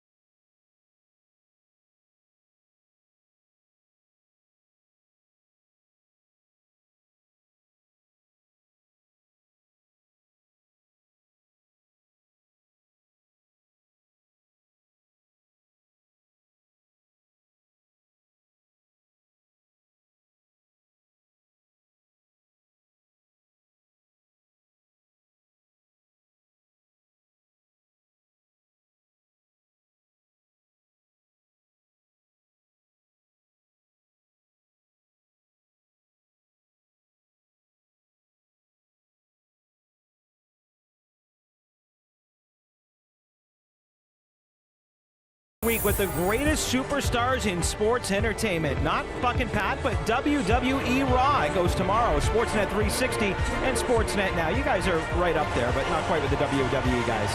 Well, thank you very much, Barry, and we appreciate the support. The Blue Jays need to get something going here in the bottom of the 6th. It's a 5-2 Twins lead. Blue Jays have managed just 5 hits against Kyle Gibson. They've stranded 5. This is when the wheels start turning, doesn't it? For a manager, you start looking where you are in the lineup. Tulowitzki hits it high and deep to center. Rosario looking up. Get up and gone! Troy Tulowitzki.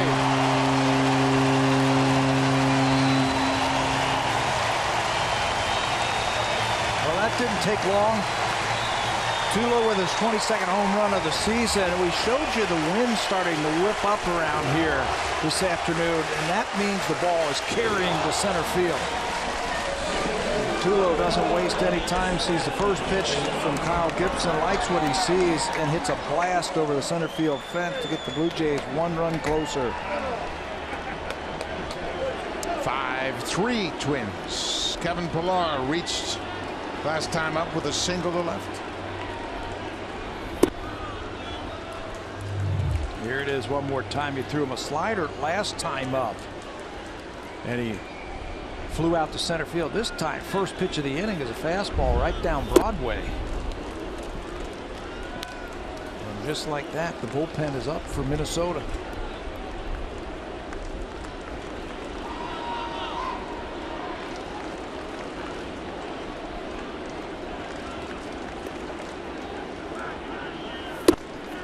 Fastball for strike 2.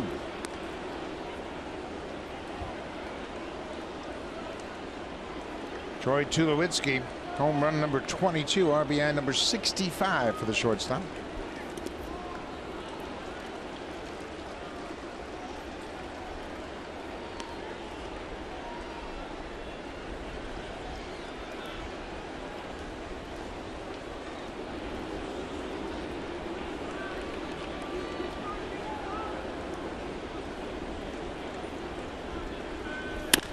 Kevin Pilar drives it in the alley. Grossman's not going to get it. Up up against the wall, and Pilar is headed for second. He'll stop there. His 30th double of the season. Pilar, a 2-hit afternoon. And the Jays, 2 real good at-bats here in the 6th inning. A home run by Tulowitzki and another extra base hit.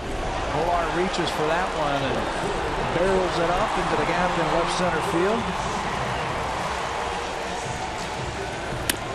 That's a good at-bat. That's a 2-strike approach for Pilar, covering the plate, making sure he doesn't overcommit too soon.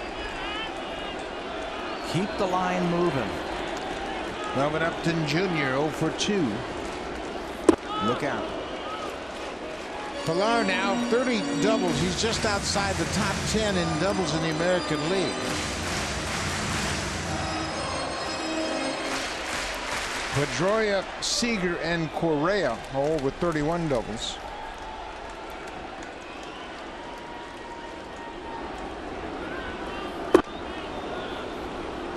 Changeup might have been down.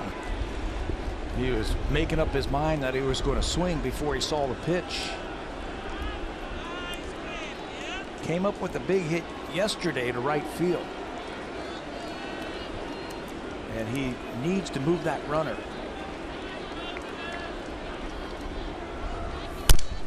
And he does. Ground ball to short. Pilar goes to third, and Upton has a productive at bat. Melvin Upton Jr. moving Pilar over to third base with 1 out. Fundamental hitting, fundamental moving runners along. Get that guy to third base with less than 2 outs. It's going to make Devin Travis's job a lot easier, and that's why you're seeing a lot of high fives in that dugout for Melvin Upton. A productive at bat. It's easier to understand those ground outs when you're in first place. Devin Travis has doubled and grounded out. Pilar's at third now. Line drive over the glove of Dozier. Here comes Pilar in to score, and it's a 1-run game.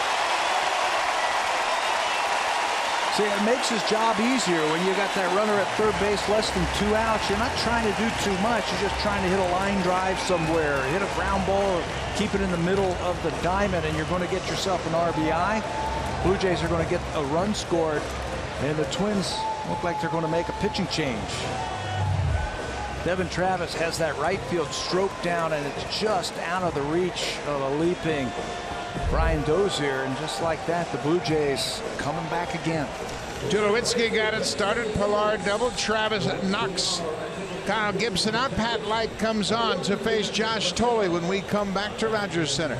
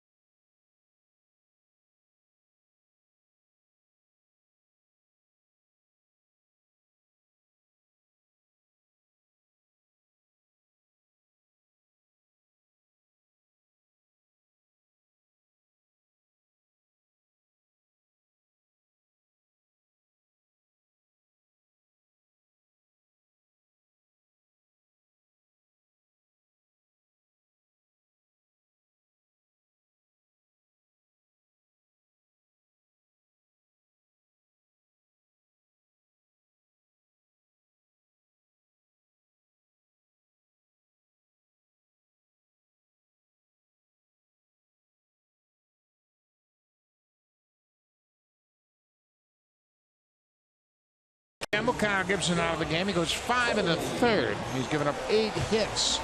4 runs to this point. The runner at first is his responsibility, and he turns things over to big Pat Light. Hard throwing Pat Light. It's 5 games since he was recalled on August the 21st. He pitched in this series just 1/3 of an inning and had his problems finding the strike zone. He had 3 walks in that third of an inning. He was charged with 2 earned runs. He's got a big arm. They got him from the Boston Red Sox. Josh Thole takes the first pitch upstairs. Light faced the top of the order on Friday. Struck out Bautista, then walked Donaldson and Encarnacion, and Russell Martin hit the 3-run double.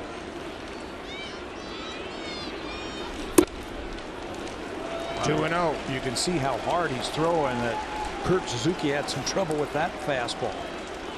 This is where you got to zone him up right here if you're Josh Thole. Don't help him out. 1 out. Travis at first. Takes a strike. The Twins have had real problems in their bullpen. They are 14th in earned run average, 15th in hits per 9 innings, 15th in home runs allowed. They've given up 63 home runs.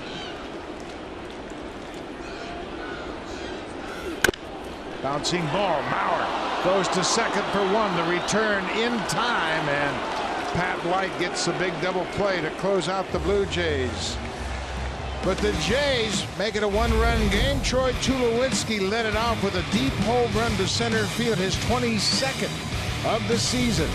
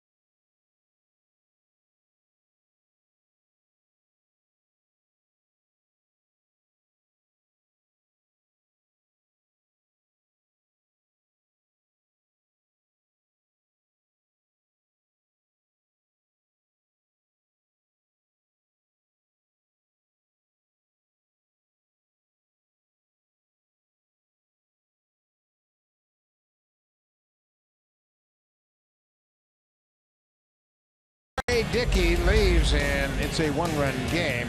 Dickey gave up 4 runs in the 5th inning. He goes 6 innings, allows 6 hits, 3 earned runs, 3 walks, and 5 strikeouts. And the Blue Jays trail 5-4, and Dickey turns things over to Brett Cecil.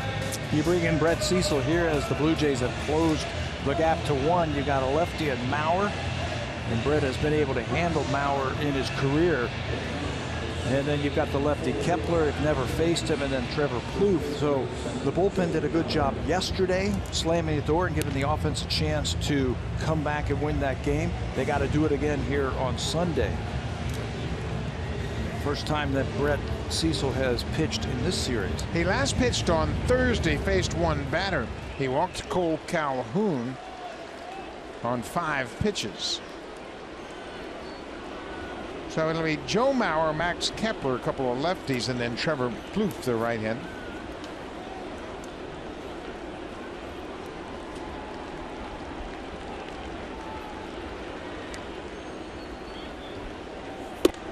Cecil delivers a first pitch strike.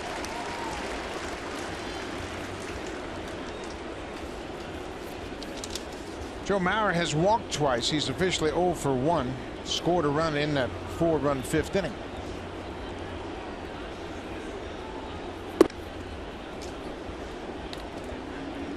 Mauer just 2 for 11 career against Cecil. Yeah, that's 182 for Mauer. Great hitter. He's going to try and take one of these balls and wait as long as he can and shoot the ball to left field.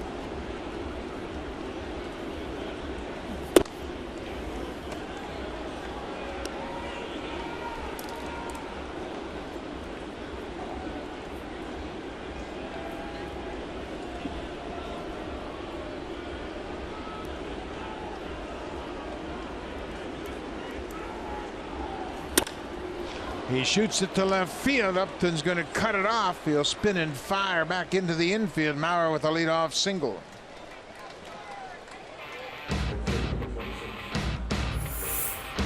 This Blue Jays Rogers 4K broadcast is powered by the Samsung 4K SUHD TV.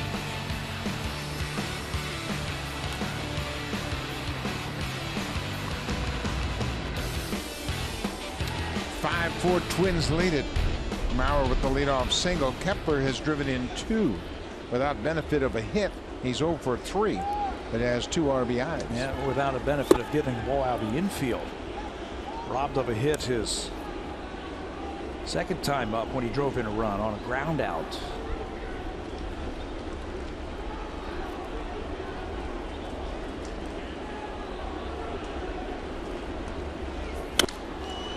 Out in front of that pitch, he lifts it high down the right side, and that ball's blowing back toward the playing surface, and Bautista was right there.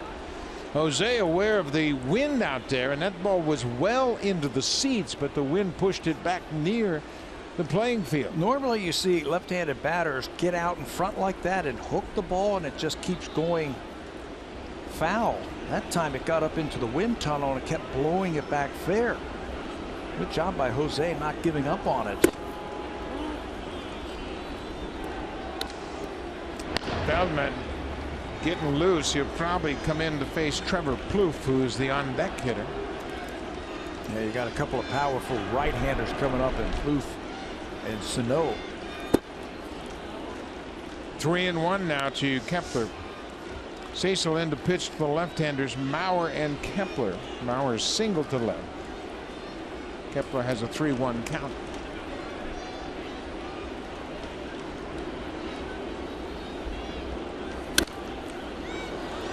Kepler's got a good-looking swing.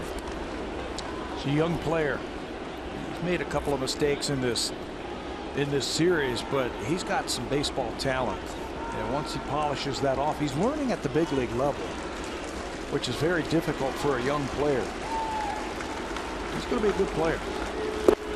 Cecil strikes him out. Kepler strikes out for a second time, and John Gibbons out of the Blue Jays dugout already. As Cecil gets Kepler first out of the top of the 7th. Trevor Plouffe, the batter, he drove in a run last time up. Scott Feldman, the right-hander, is ready down in the bullpen. Gibbons made the call. Cecil gets Kepler. Feldman in to face Plouffe.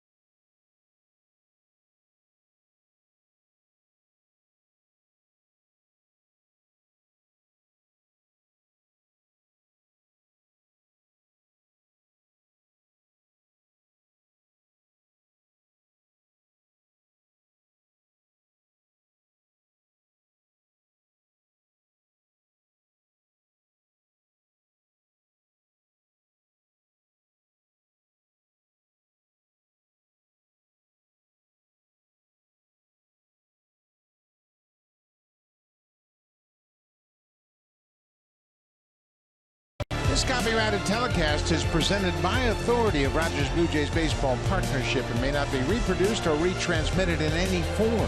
And the accounts and descriptions of this game may not be disseminated without the express written consent of Rogers Blue Jays Baseball Partnership.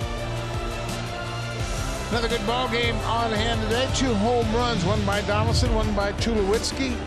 Devin Travis drove in the 4th Blue Jay run in the afternoon, and it's a 5-4 Twins lead. Now, Scott Feldman comes into the game with 1 out. A couple of tough righties coming up in Trevor Plouffe and Miguel Sano. So the right-hander Scott Feldman in 34 games. He's 6-4, a 372 earned run average out of the bullpen in 29 games this year, though.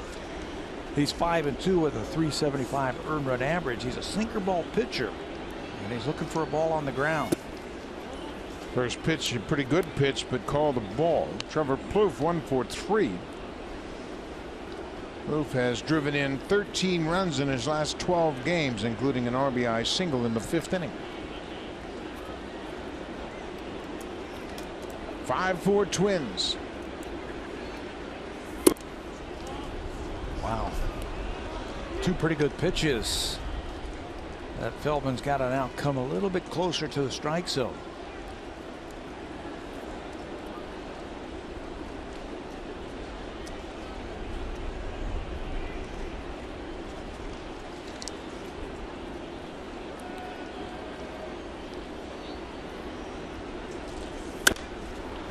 High fly ball. That's going to be into the seats, well back and out of play. But after we saw that fly ball down in the corner, both Bautista, Encarnacion, and Travis are going to have to pursue those pop-ups that look like they're going to go back into the seats. They might be blown back onto the playing surface. Stay with it. Well, this is an interesting discussion. It looks like Tulowitzki is doing all the talking.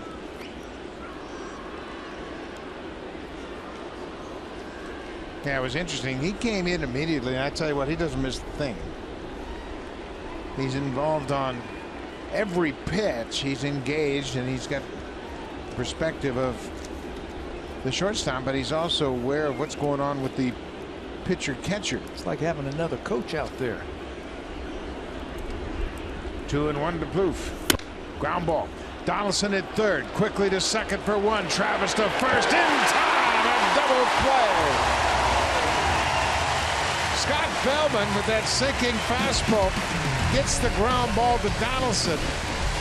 Josh made a strong throw to 2nd and watch the pivot by Travis. He turns it and uses that strong arm to end the inning. It's still a 1-run game.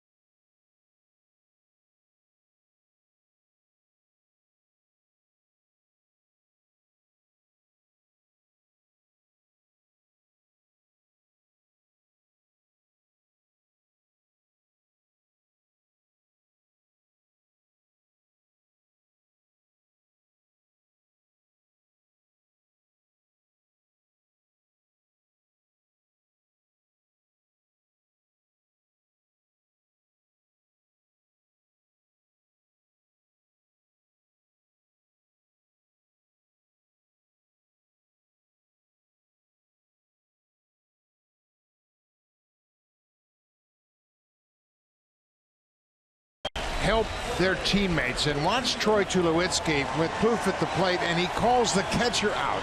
Josh Tolley, and he had a message, and from where I'm sitting, it's almost like he said, look, you got to throw the ball on the inside part of the plate. He gets the double play, and of course Scott Feldman comes over, says thanks very much, and Pete Walker said, what did you say to him? that, hey, you got to throw the ball inside against this guy. His first 3 pitches were down and away, and he was right on every one of them. Next pitch inside. We can only speculate, but that's what it looks like. Yeah, it sure did look like that. And Tulowitzki very aware of the swings from Plouffe early in that at bat. And he said, wait a minute, boys. I don't like where this is headed. And he turned things around and gets the double play. Feldman made a nice pitch. Top of the order for the Blue Jays. They're down by a run. Jose Bautista 2 for 3. Sharply hit. Base hit. He's 3 for 4. A leadoff single. Let's check in with Jamie Campbell.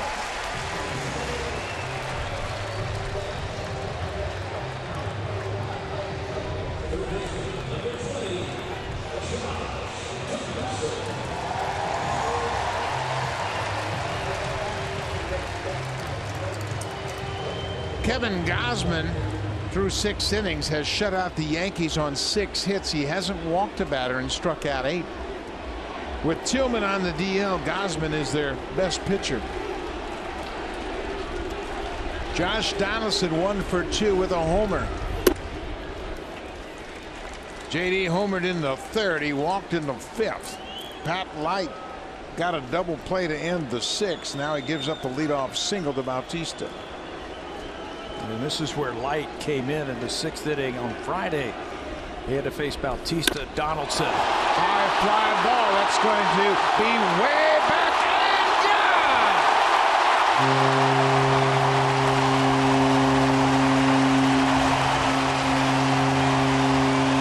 Well, he faced him on Friday and walked him. So Donaldson has a plan against him. He saw him already one time. And he deposits that ball to center field. We showed you earlier how the wind was starting to whip up here, and that means balls are flying out to center field, and Josh Donaldson's going to take advantage of it. 2-run home run puts the Blue Jays in the lead. 6-5 Blue Jays. 2 homers for Donaldson. 32 home runs. 90 RBIs.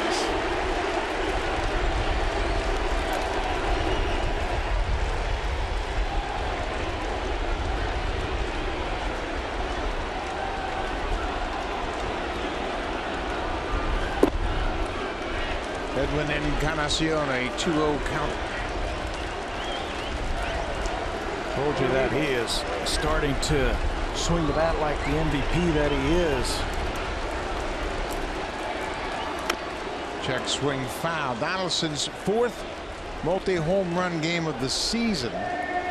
His 6th with the Blue Jays and 10th career multi-home run game. And remember his first at bat this afternoon. He fouled that ball off of his knee, and it was in a lot of pain. And he's had 3 great at-bats since then. One more time. High fastball and jumps all over this thing. Boy, he gets so much torque and drive from his lower half. Pulled on the left side. Plouffe at 3rd. Up and across the diamond. When you've got a pretty swing like this, we're going to show it to you a lot. It's a repeatable swing, and then he finishes. I love the finish where you get everything into it, and you get it up into that jet stream in center field. Let that thing just carry right out of the ballpark. See, that bat, that Nolan Arenado bat's got a lot of home runs in it. So many home runs in it, they've ordered bats of their own with Nolan's name on it.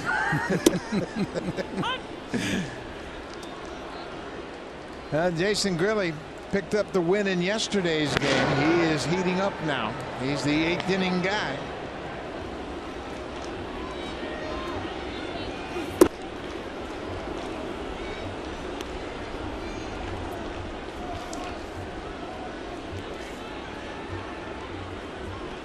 Seven home runs in the series for the Blue Jays.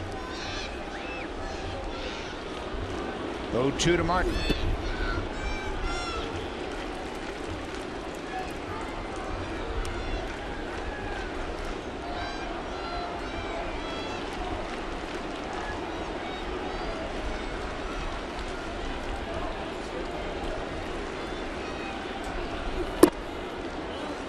The Blue Jays trailed 5-2 after 5. They got 2 in the 6th and 2 more here in the 7th. Scott Feldman got a big double play to end the top half of this inning. Martin drills it down the left side, but that's foul. Trying to get him out with an off-speed pitch with 2 strikes. Russell, much better 2-strike approach. Matt Light's got a big arm. Told you he came from Boston. He's a former first-round draft pick for the Red Sox. Came over here in the Fernando Abad trade that they made just a couple of weeks ago. 3-2 to Martin. Russell is 0 for 2 with a walk. He's grounded into a double play and struck out. Troy Tulowitzki had a leadoff home run in the 6th.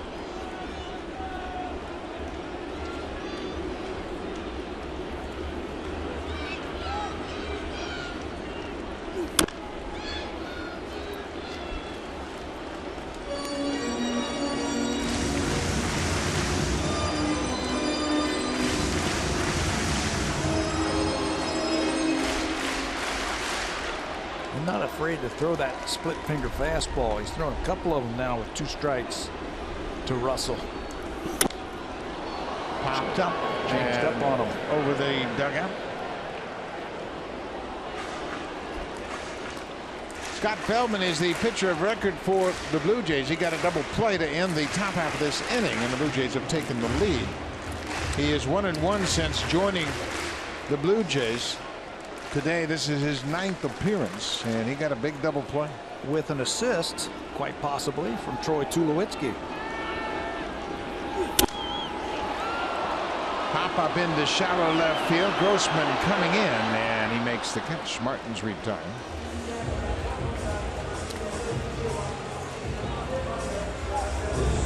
Well, on top of playing great defense and in a game, he's also got his 22nd home run of the season. He did this last time up to lead off the 6th inning. Again, straight away to center field for the Blue Jays. That's 2 innings in a row they've hit a home run to center field.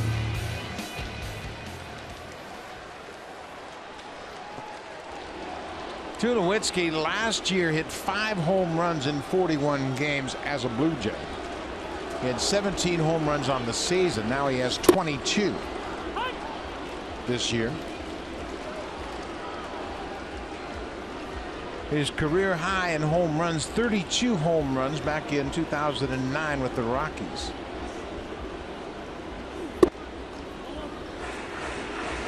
Tulowitzki has 65 RBIs. Tulowitzki and Russell Martin have really come on with the RBIs of late. That's why they're hitting in the cleanup in the 5th spot lately. Another base hit for Tulowitzki. A 2-out single, 3rd hit of the inning for the Jays. They play him to pull, so they're going to put 3 infielders on the left side of the infield. He's going to cross it up. He's also going to knock the glove off the hand of the pitcher. Watch Pat Light reach up for this thing and whoop, flip that thing as it makes its way into center field. Pat Light throws the glove up, and it comes right off of his hand. So Paul Molitor has made a pitching change. Pat Light is out. JT Shagwa comes in from the bullpen to face Kevin Pillar.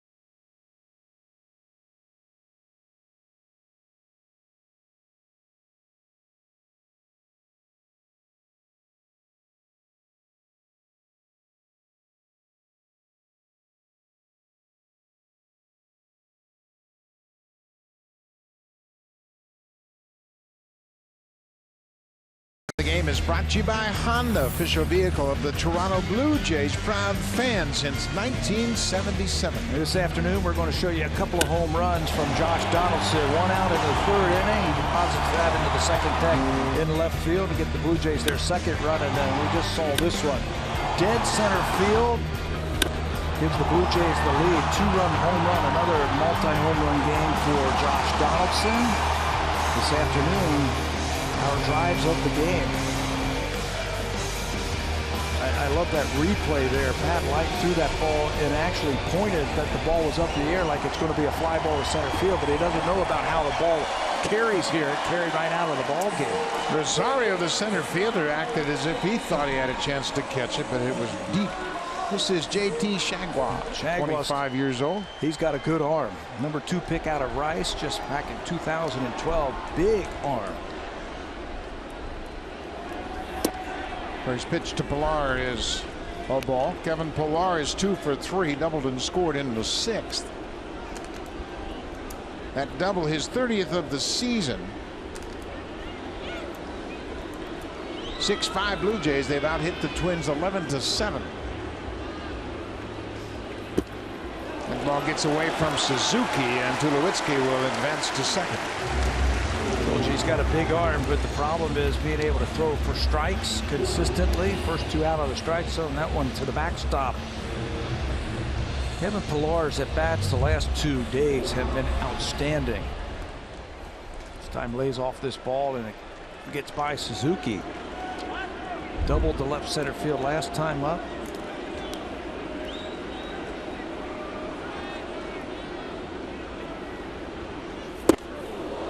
Jaguars all over the place. First 3 pitches not close. It's 3-0 to Pilar.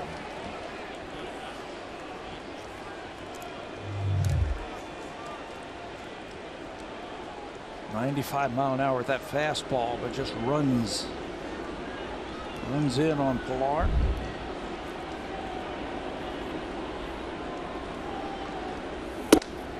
There's a strike.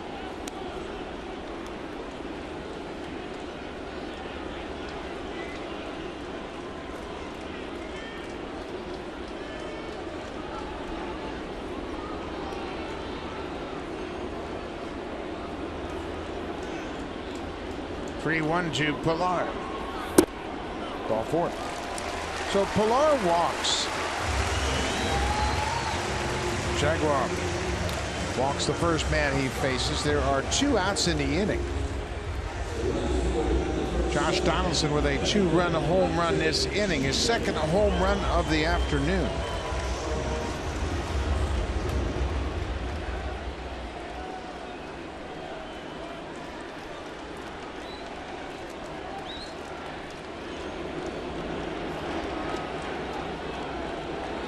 Melvin Upton Jr. is 0 for 3. A couple of ground outs and a flyout.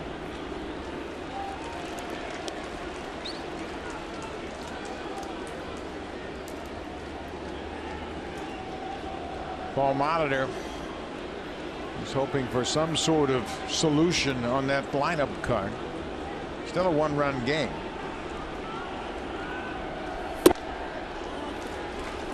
Two and out, 95, but out of the strike zone. Yeah, he's got 3 pitches that are above average. Fastball, slider, and a changeup. But when you keep falling behind like that, you can't really use them.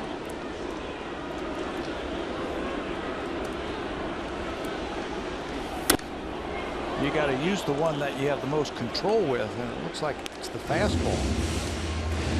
That time he got away with a mistake.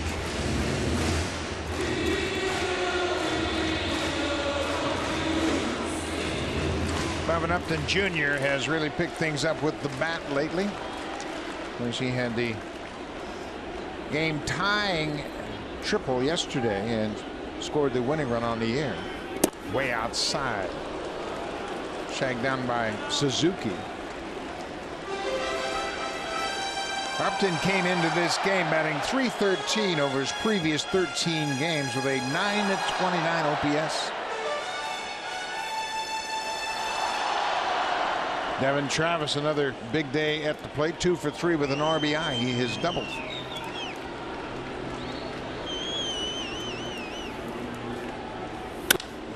Driven into the alley. This is going to get done. Tulowitzki's going to score. Pilar's being waved around third. He's going to score. Melvin Upton Jr. A 2-run double.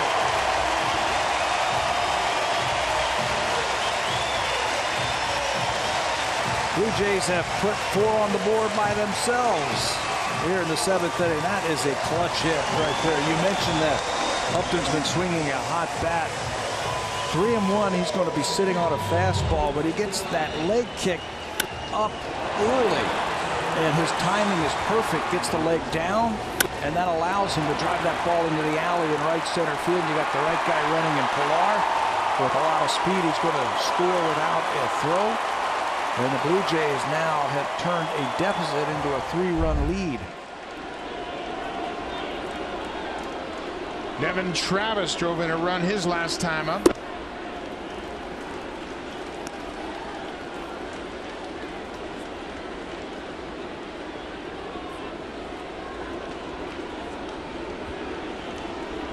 Eight runs on 12 hits. Interesting, the turning point of this game may have been the trip to the mound by Troy Tulowitzki. Exactly. Exactly. We'll find out exactly what he said. We can speculate, but that's what it looked like to you and me. He called out Josh Thole, had a conference with Thole and Feldman, and got the double play off the bat of Trevor Plouffe. Kept that momentum on the Blue Jays side too. Snuffed out that rally. Great players make the players around them better. Tulowitzki's a great player.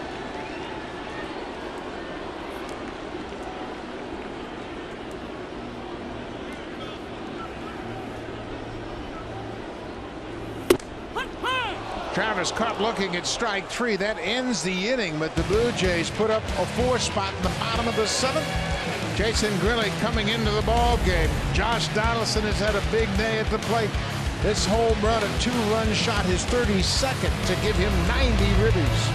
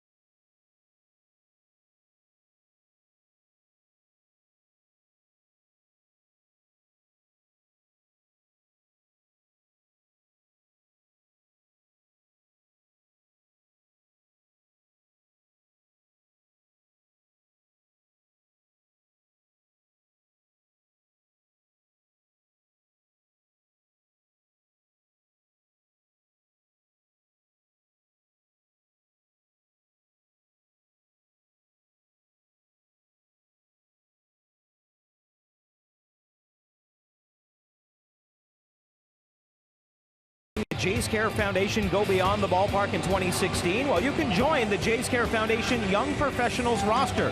For more information, go to www.jayscare.com. Guys, I spoke with Jason Grilli earlier today about all the grunting we heard from him on the mound yesterday. He told me he was unaware he was doing that until he sat and watched the game later in the day. He said that is pure emotion. He just kind of described it as an out-of-body experience, as well as all the emotion at the end of the inning. He says that he sees the light. He knows that he is no longer in his 20s, and he wants to win a championship, and he is doing everything in his power to help the Blue Jays do that.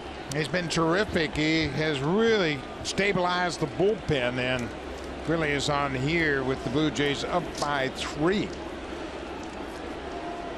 Grilli will face Sano, Polanco, and Grossman. I say just keep doing what you're doing. if that's what it takes. He's working on a 12-inning scoreless streak right now. Over those 12 innings, his last 12 appearances, he's 1-0. He's 1 for 1 in save opportunities. He's had 5 holds. Opponents are hitting 105 against him. He's allowed just 4 hits in 12 innings pitched. And just for good measure, 3 walks and 14 strikeouts. What's wrong with that pitch? 1-1. He's only given up 1 extra base hit in his last 12 games. That was a triple to Jose Altuve back on the 13th of August right here at Rogers Center, but he stranded Altuve. No harm there. I mean, Jose Altuve does that to everybody. He's doing it with a lot of smarts, a lot of experience. Like that first pitch to Sano. First pitch, get me over breaking ball. A known fastball hitter. Now, if you can flip a breaking ball up there for a strike on the first pitch, not many hitters are going to swing at it. They'll take it.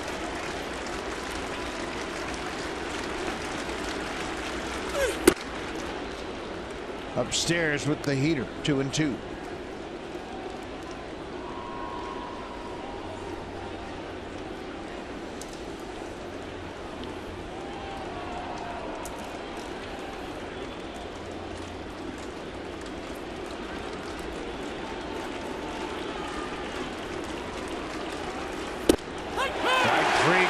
Another strikeout for Grilly.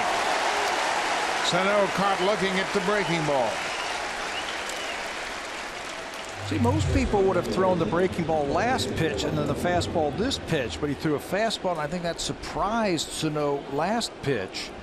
And then he pulls the string on the breaking ball. That's what I mean about experience. Reading bats, understanding what guys are trying to do against you, and then using that to your advantage. Locks up Sano on a breaking ball right there. Jorge Polanco batting with a 1-out.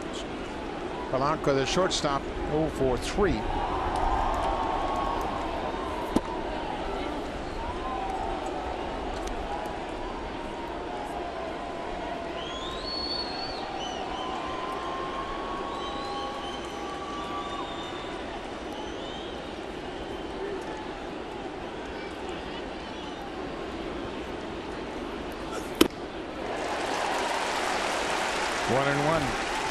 Benoit and Grilly have become a very potent tandem in the 7th and 8th innings. Benoit, like Grilly, his last 14 appearances, he hasn't allowed a run. 13 in the 3rd innings, 11 hits, and a .229 opponent's batting average.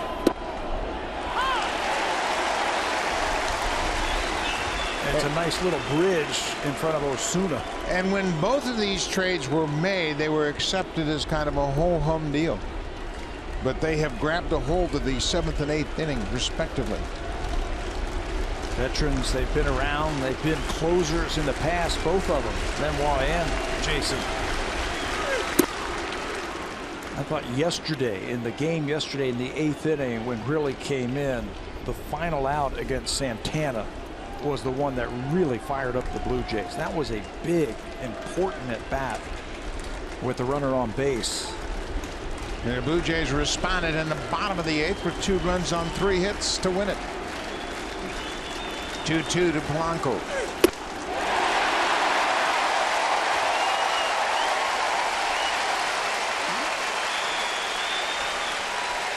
A Grilly cheese indeed. 2 strikeouts for Jason. Well, it looks so inviting, doesn't it? That fastball up there, but you can't hit it. You can't do much with it. It's just above his hands. You might swing through it. You might pop it up, hit a lazy fly ball. You might even foul it back. But you can't get on top of that and get a base hit.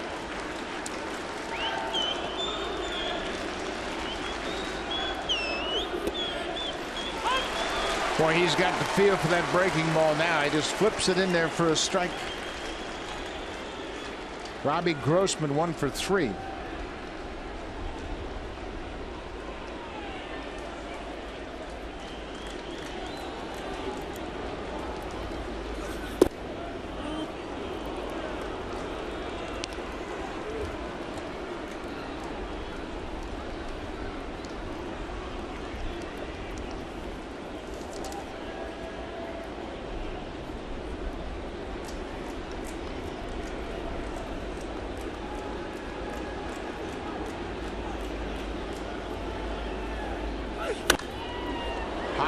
stay with it. You never know about the wind, but it's going to sail into the seats. Home Hardware and Building Center locations, proud partners of the Toronto Blue Jays. Homeowners helping homeowners with expert advice.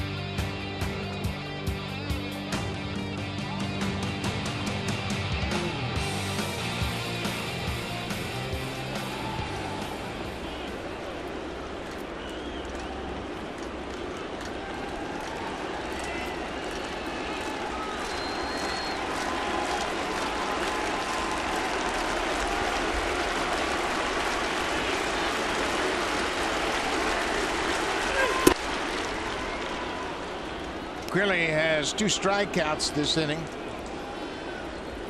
He struck out Sano, struck out Polanco. 2-2 count to Robbie Grossman. That's 30 and 2/3 innings and 45 strikeouts for Jason since they acquired him.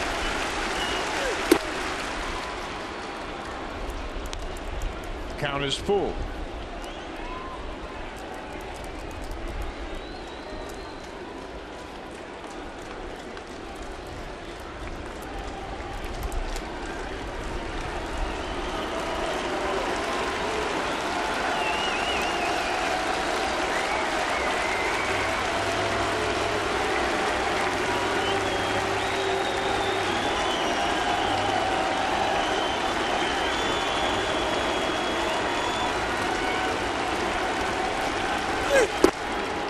Grossman walks, a 2-out walk here in the 8th.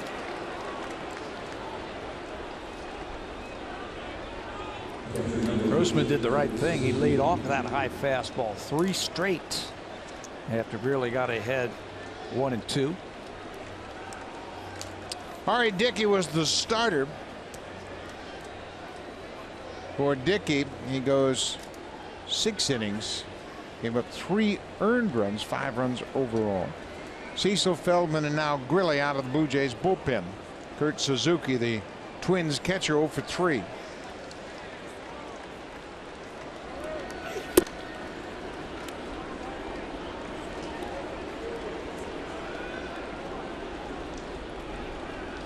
Suzuki has had success against Jason. 3 for 5 in his career. He's going to try and poke a ball to right field, I think. The defense is shading him to right field. Off the end of the bat, Grilly waits for it, flips to first. Another good inning for Jason Grilly. We'll go to the bottom of the 8th. Blue Jays trying to sweep the Twins 8-5. They lead it. Now time for a Blue Jays Central update. Here's Jamie Campbell and Greg Zahn in the Samsung broadcast studio.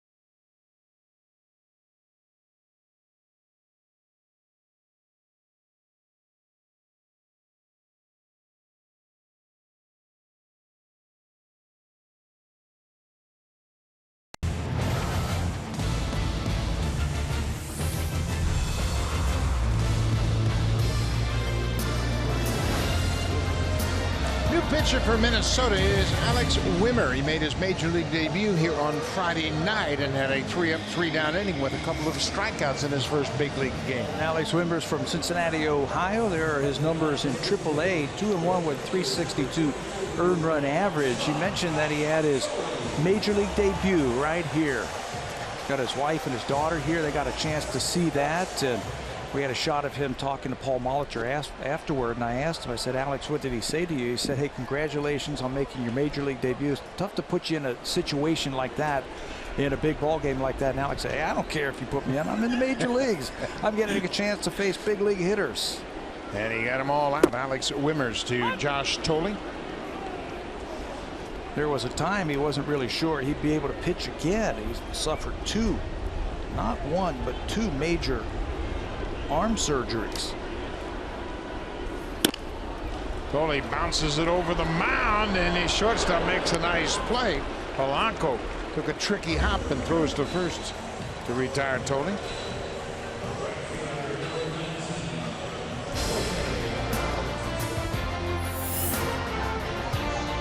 A lot of things have changed, but one thing hasn't.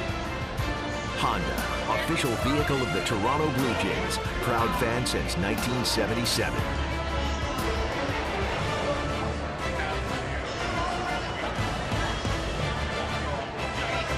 Baseball Day in Canada. Canada Baseball Day presented by Honda here at Rogers Center. Great afternoon. The Blue Jays wearing the red jerseys to make note of Canada Baseball Day.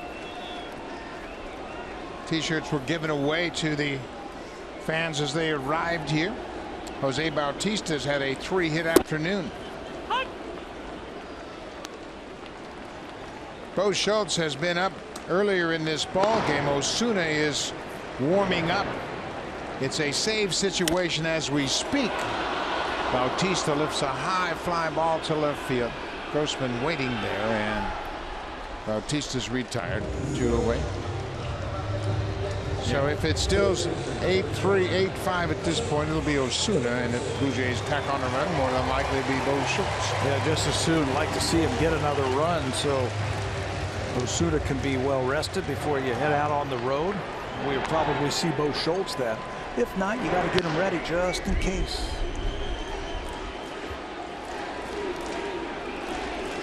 What a day for Josh Donaldson.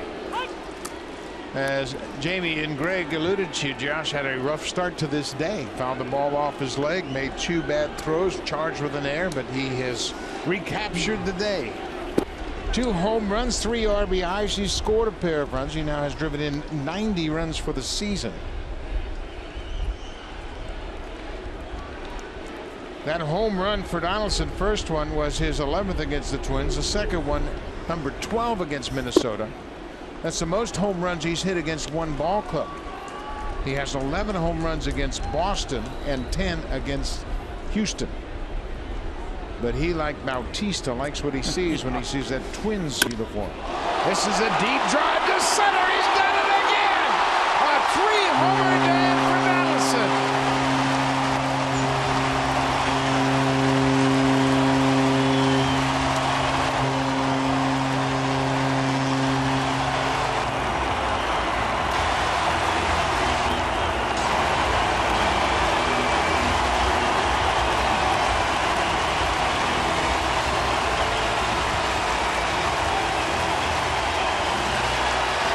The bringer of rain in his first 3-home run game of his career has brought out the hats.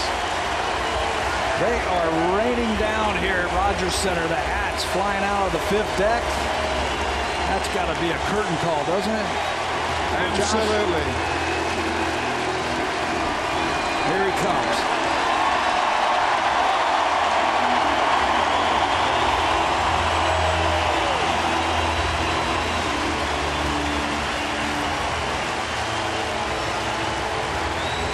Home runs, 4 RBIs. Yeah, stoppage in play as they go around the whole field to pick up those hats. We saw this last year from Edwin Encarnacion when he had a 3-homer day. He had 2 bags full of hats in his locker after the ball game.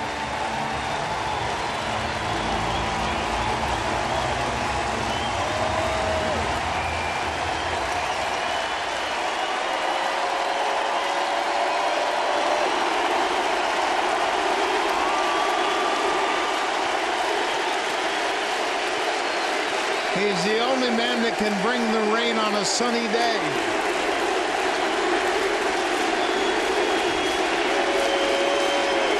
Boy, he is giving the fans something to cheer about this afternoon. They are standing and going crazy.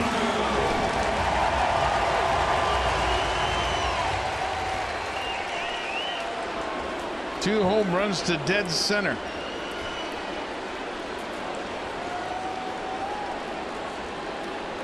Still cleaning up the mess. Now they're waiting on Rosario, the center fielder, to take his position.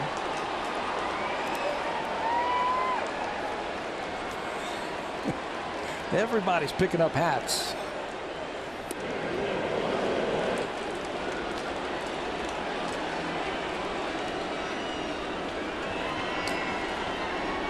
Edwin had a sac fly in the first inning.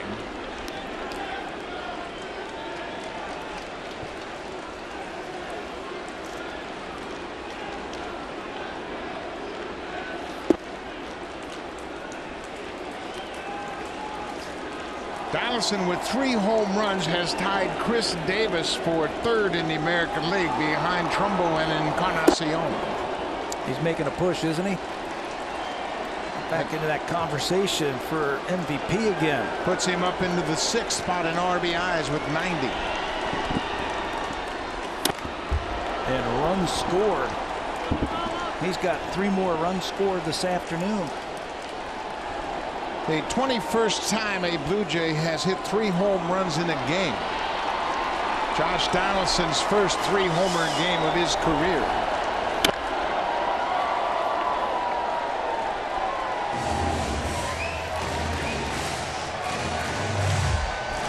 One more time to dead center field.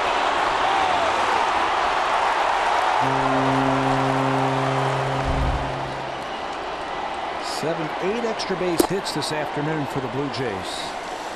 8 of 13 have gone for extra bases.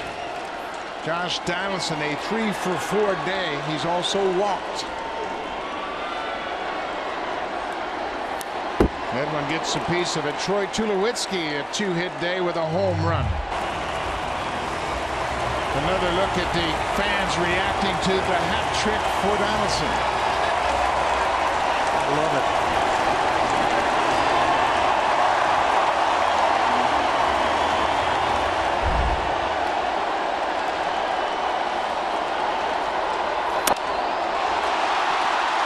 Ball to center. This one's going to stay in the yard. That ends the inning, but what an inning it was. Josh Donaldson, his 3rd home run of the afternoon, and the Blue Jays lead it 9-5 as we head to the 9th.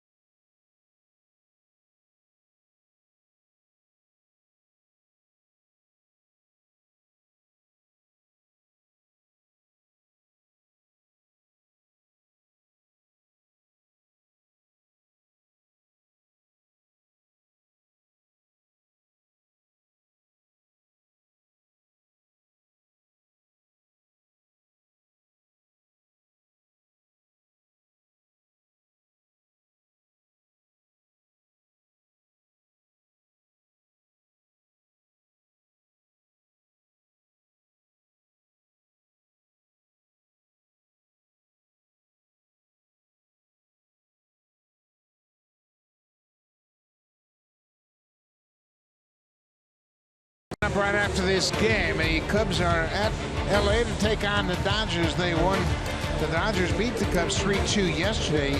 Urias, the young left-hander, improves to 5-2. John Lester on the mound for Chicago at 14-4. That's coming up right after this game. Roberto Osuna pitched in the ball game yesterday, picked up the save, and he threw 16 pitches. This is not a save situation as the Blue Jays have a 4-run lead. Yeah, I thought that after that home run by Josh Donaldson, we might see Bo Schultz, but John Gibbons says, you know what, I want to lock this one down. I got to bring in my closer right here. He's only thrown twice in a week. Justin Smoke takes over defensively at first base in place of Edwin Encarnacion, and Ezequiel Carrera is in right for Bautista. First pitch swinging right to Tulowitzki. Rosario lines up. Well, that's what you like to see right there. Quick innings, 1 pitch, 1 out.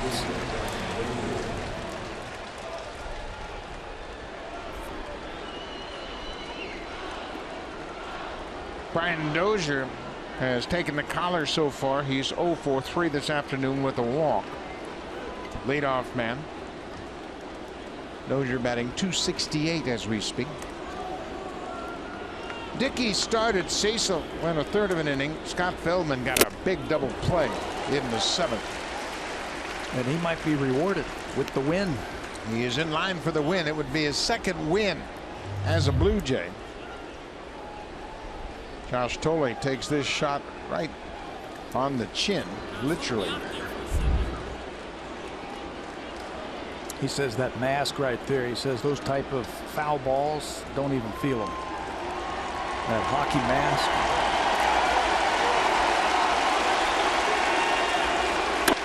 Swinging a drive to left. That's going to be over Upton's head off the wall. He plays it perfectly. Here's the throw to second. They got a shot. Travis couldn't come up with the one-hop throw. Upton made a heck of a throw. He barehanded it off the wall and threw a one-hop strike to second. Boy, that's exactly right. He made a great play off the wall. No time to catch it with your glove and transfer it to your bare hand. Melvin plays it on a hop with the bare hand and throws a strike. Now it's a short hop. Devin gets down there, but he just can't come up with that. That would have been a heck of a play by the second baseman. Catch it and then drop that glove down, but it bounces away from him. That's a double. That's a do or die play for Travis. He was just handcuffed a bit by that short hop, but what a nice play by Upton. It's a double for Dozier, his 31st. Joe Mauer. First pitch changeup to Mauer. Mauer is 1 for 2 with a pair of walks. Osuna threw 16 pitches in the game yesterday. Van Gibbons and Pete Walker, the pitching coach, would love to have him throw about that many today. Yeah. No more than that. Big 3-game series coming up tomorrow night. Don't miss it. Should be great action. We'll be in Baltimore for a 3-game series. Marco Estrada will open things up against the lefty Wade Miley.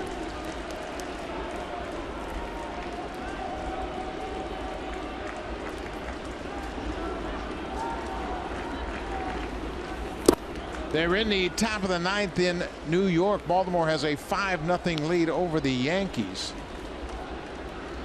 CC Sabathia on the hook for the loss. Kevin Gausman, a terrific outing. 7 innings, 7 hits, no runs, and 9 strikeouts. Tommy Hunter is into the game. Tommy Hunter re-signed by the Orioles. Ground ball, base hit into center. Dozier's going to come around to score. Mauer has an RBI single, his 2nd hit of the afternoon. Joe's been struggling with a quad injury, so he hasn't been swinging the bat like we know he can. That time he's going to plate Dozier. John Gibbons trying to get the attention of Justin Smoke, having him play behind him. I've seen him do this for years and years and years. Drive a ball back through the middle, knock in a run.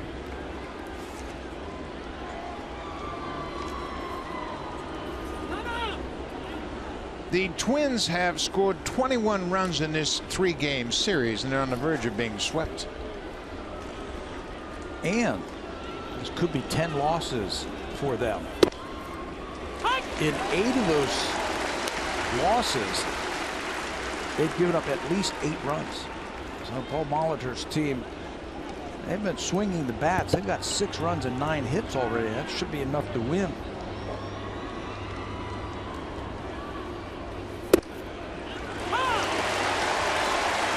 Two to Kepler. Osuna working in a non-save situation. 0-2, 1 out. A run in here in the top half of the 9th. Good pitch upstairs with that fastball. We saw Osuna yesterday do a couple of interesting things. He had that hesitation move to mess up the timing of the hitters, where he freezes and holds over the rubber.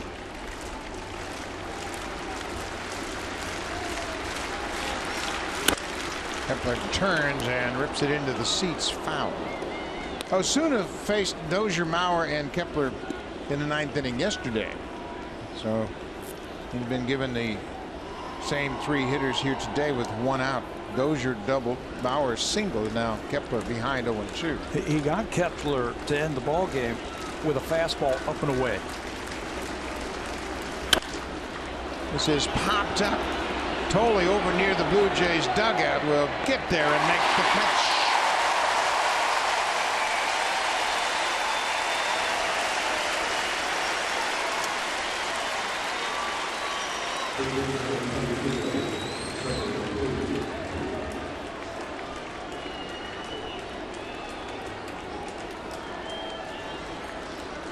Blue Jays trying to go 4-2 on this 6-game homestand. They have a 9-game road trip coming up.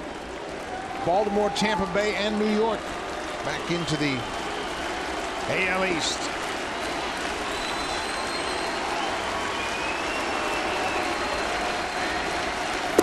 Poof. Swings and misses. So 13 pitches, 11 strikes. 47,444 fans in attendance.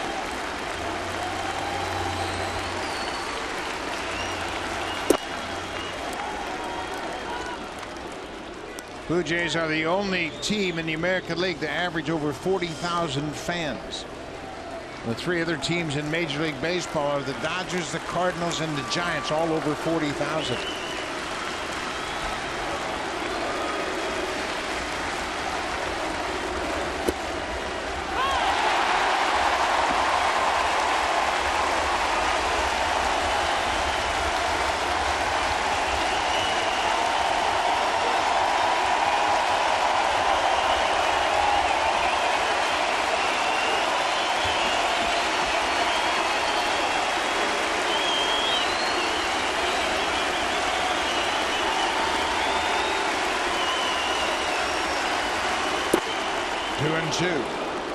Josh Donaldson 3 for 4, 3 home runs, 3 runs scored, and 4 RBIs. He now has 33 home runs and 91 RBIs. Making that push once again to get into that conversation for MVP. Helping your team to a win.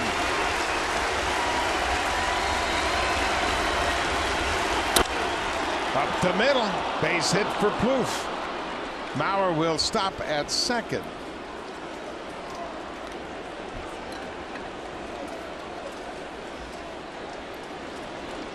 That quiets the crowd as the tying run's going to come to the plate.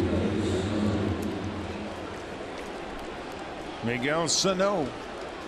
He represents the tying run. Sano drove in 2 runs in the 5th. He's a 20 home run hitter.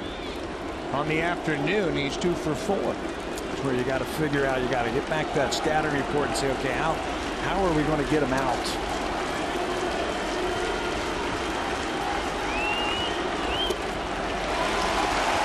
I think with pitches off the edges, because he is a free swinger,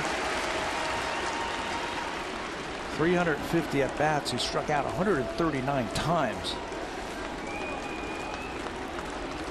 Almost 50% of the time he strikes out. Make a pitch.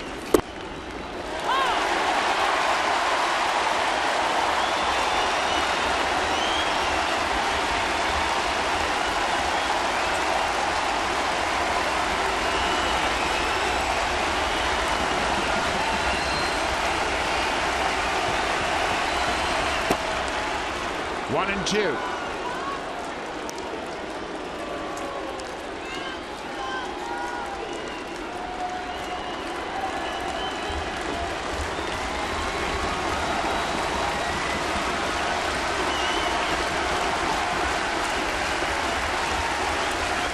Ball game. Sano strikes out, and the Blue Jays sweep the Twins. Another comeback victory for the Blue Jays. They spot Minnesota a lead early, 5-2, but they storm back again, just like in yesterday's ball game. And it was the home run this afternoon. Josh Donaldson with the big day. Roberto Osuna caps it, and the Blue Jays get some momentum as they head out on the road. The 29th come-from-behind win of the season for the Blue Jays. They improved to 74-56. We'll see it tomorrow night. From Baltimore, stay tuned. Here's Jamie and Greg from the Samsung Broadcast Studio.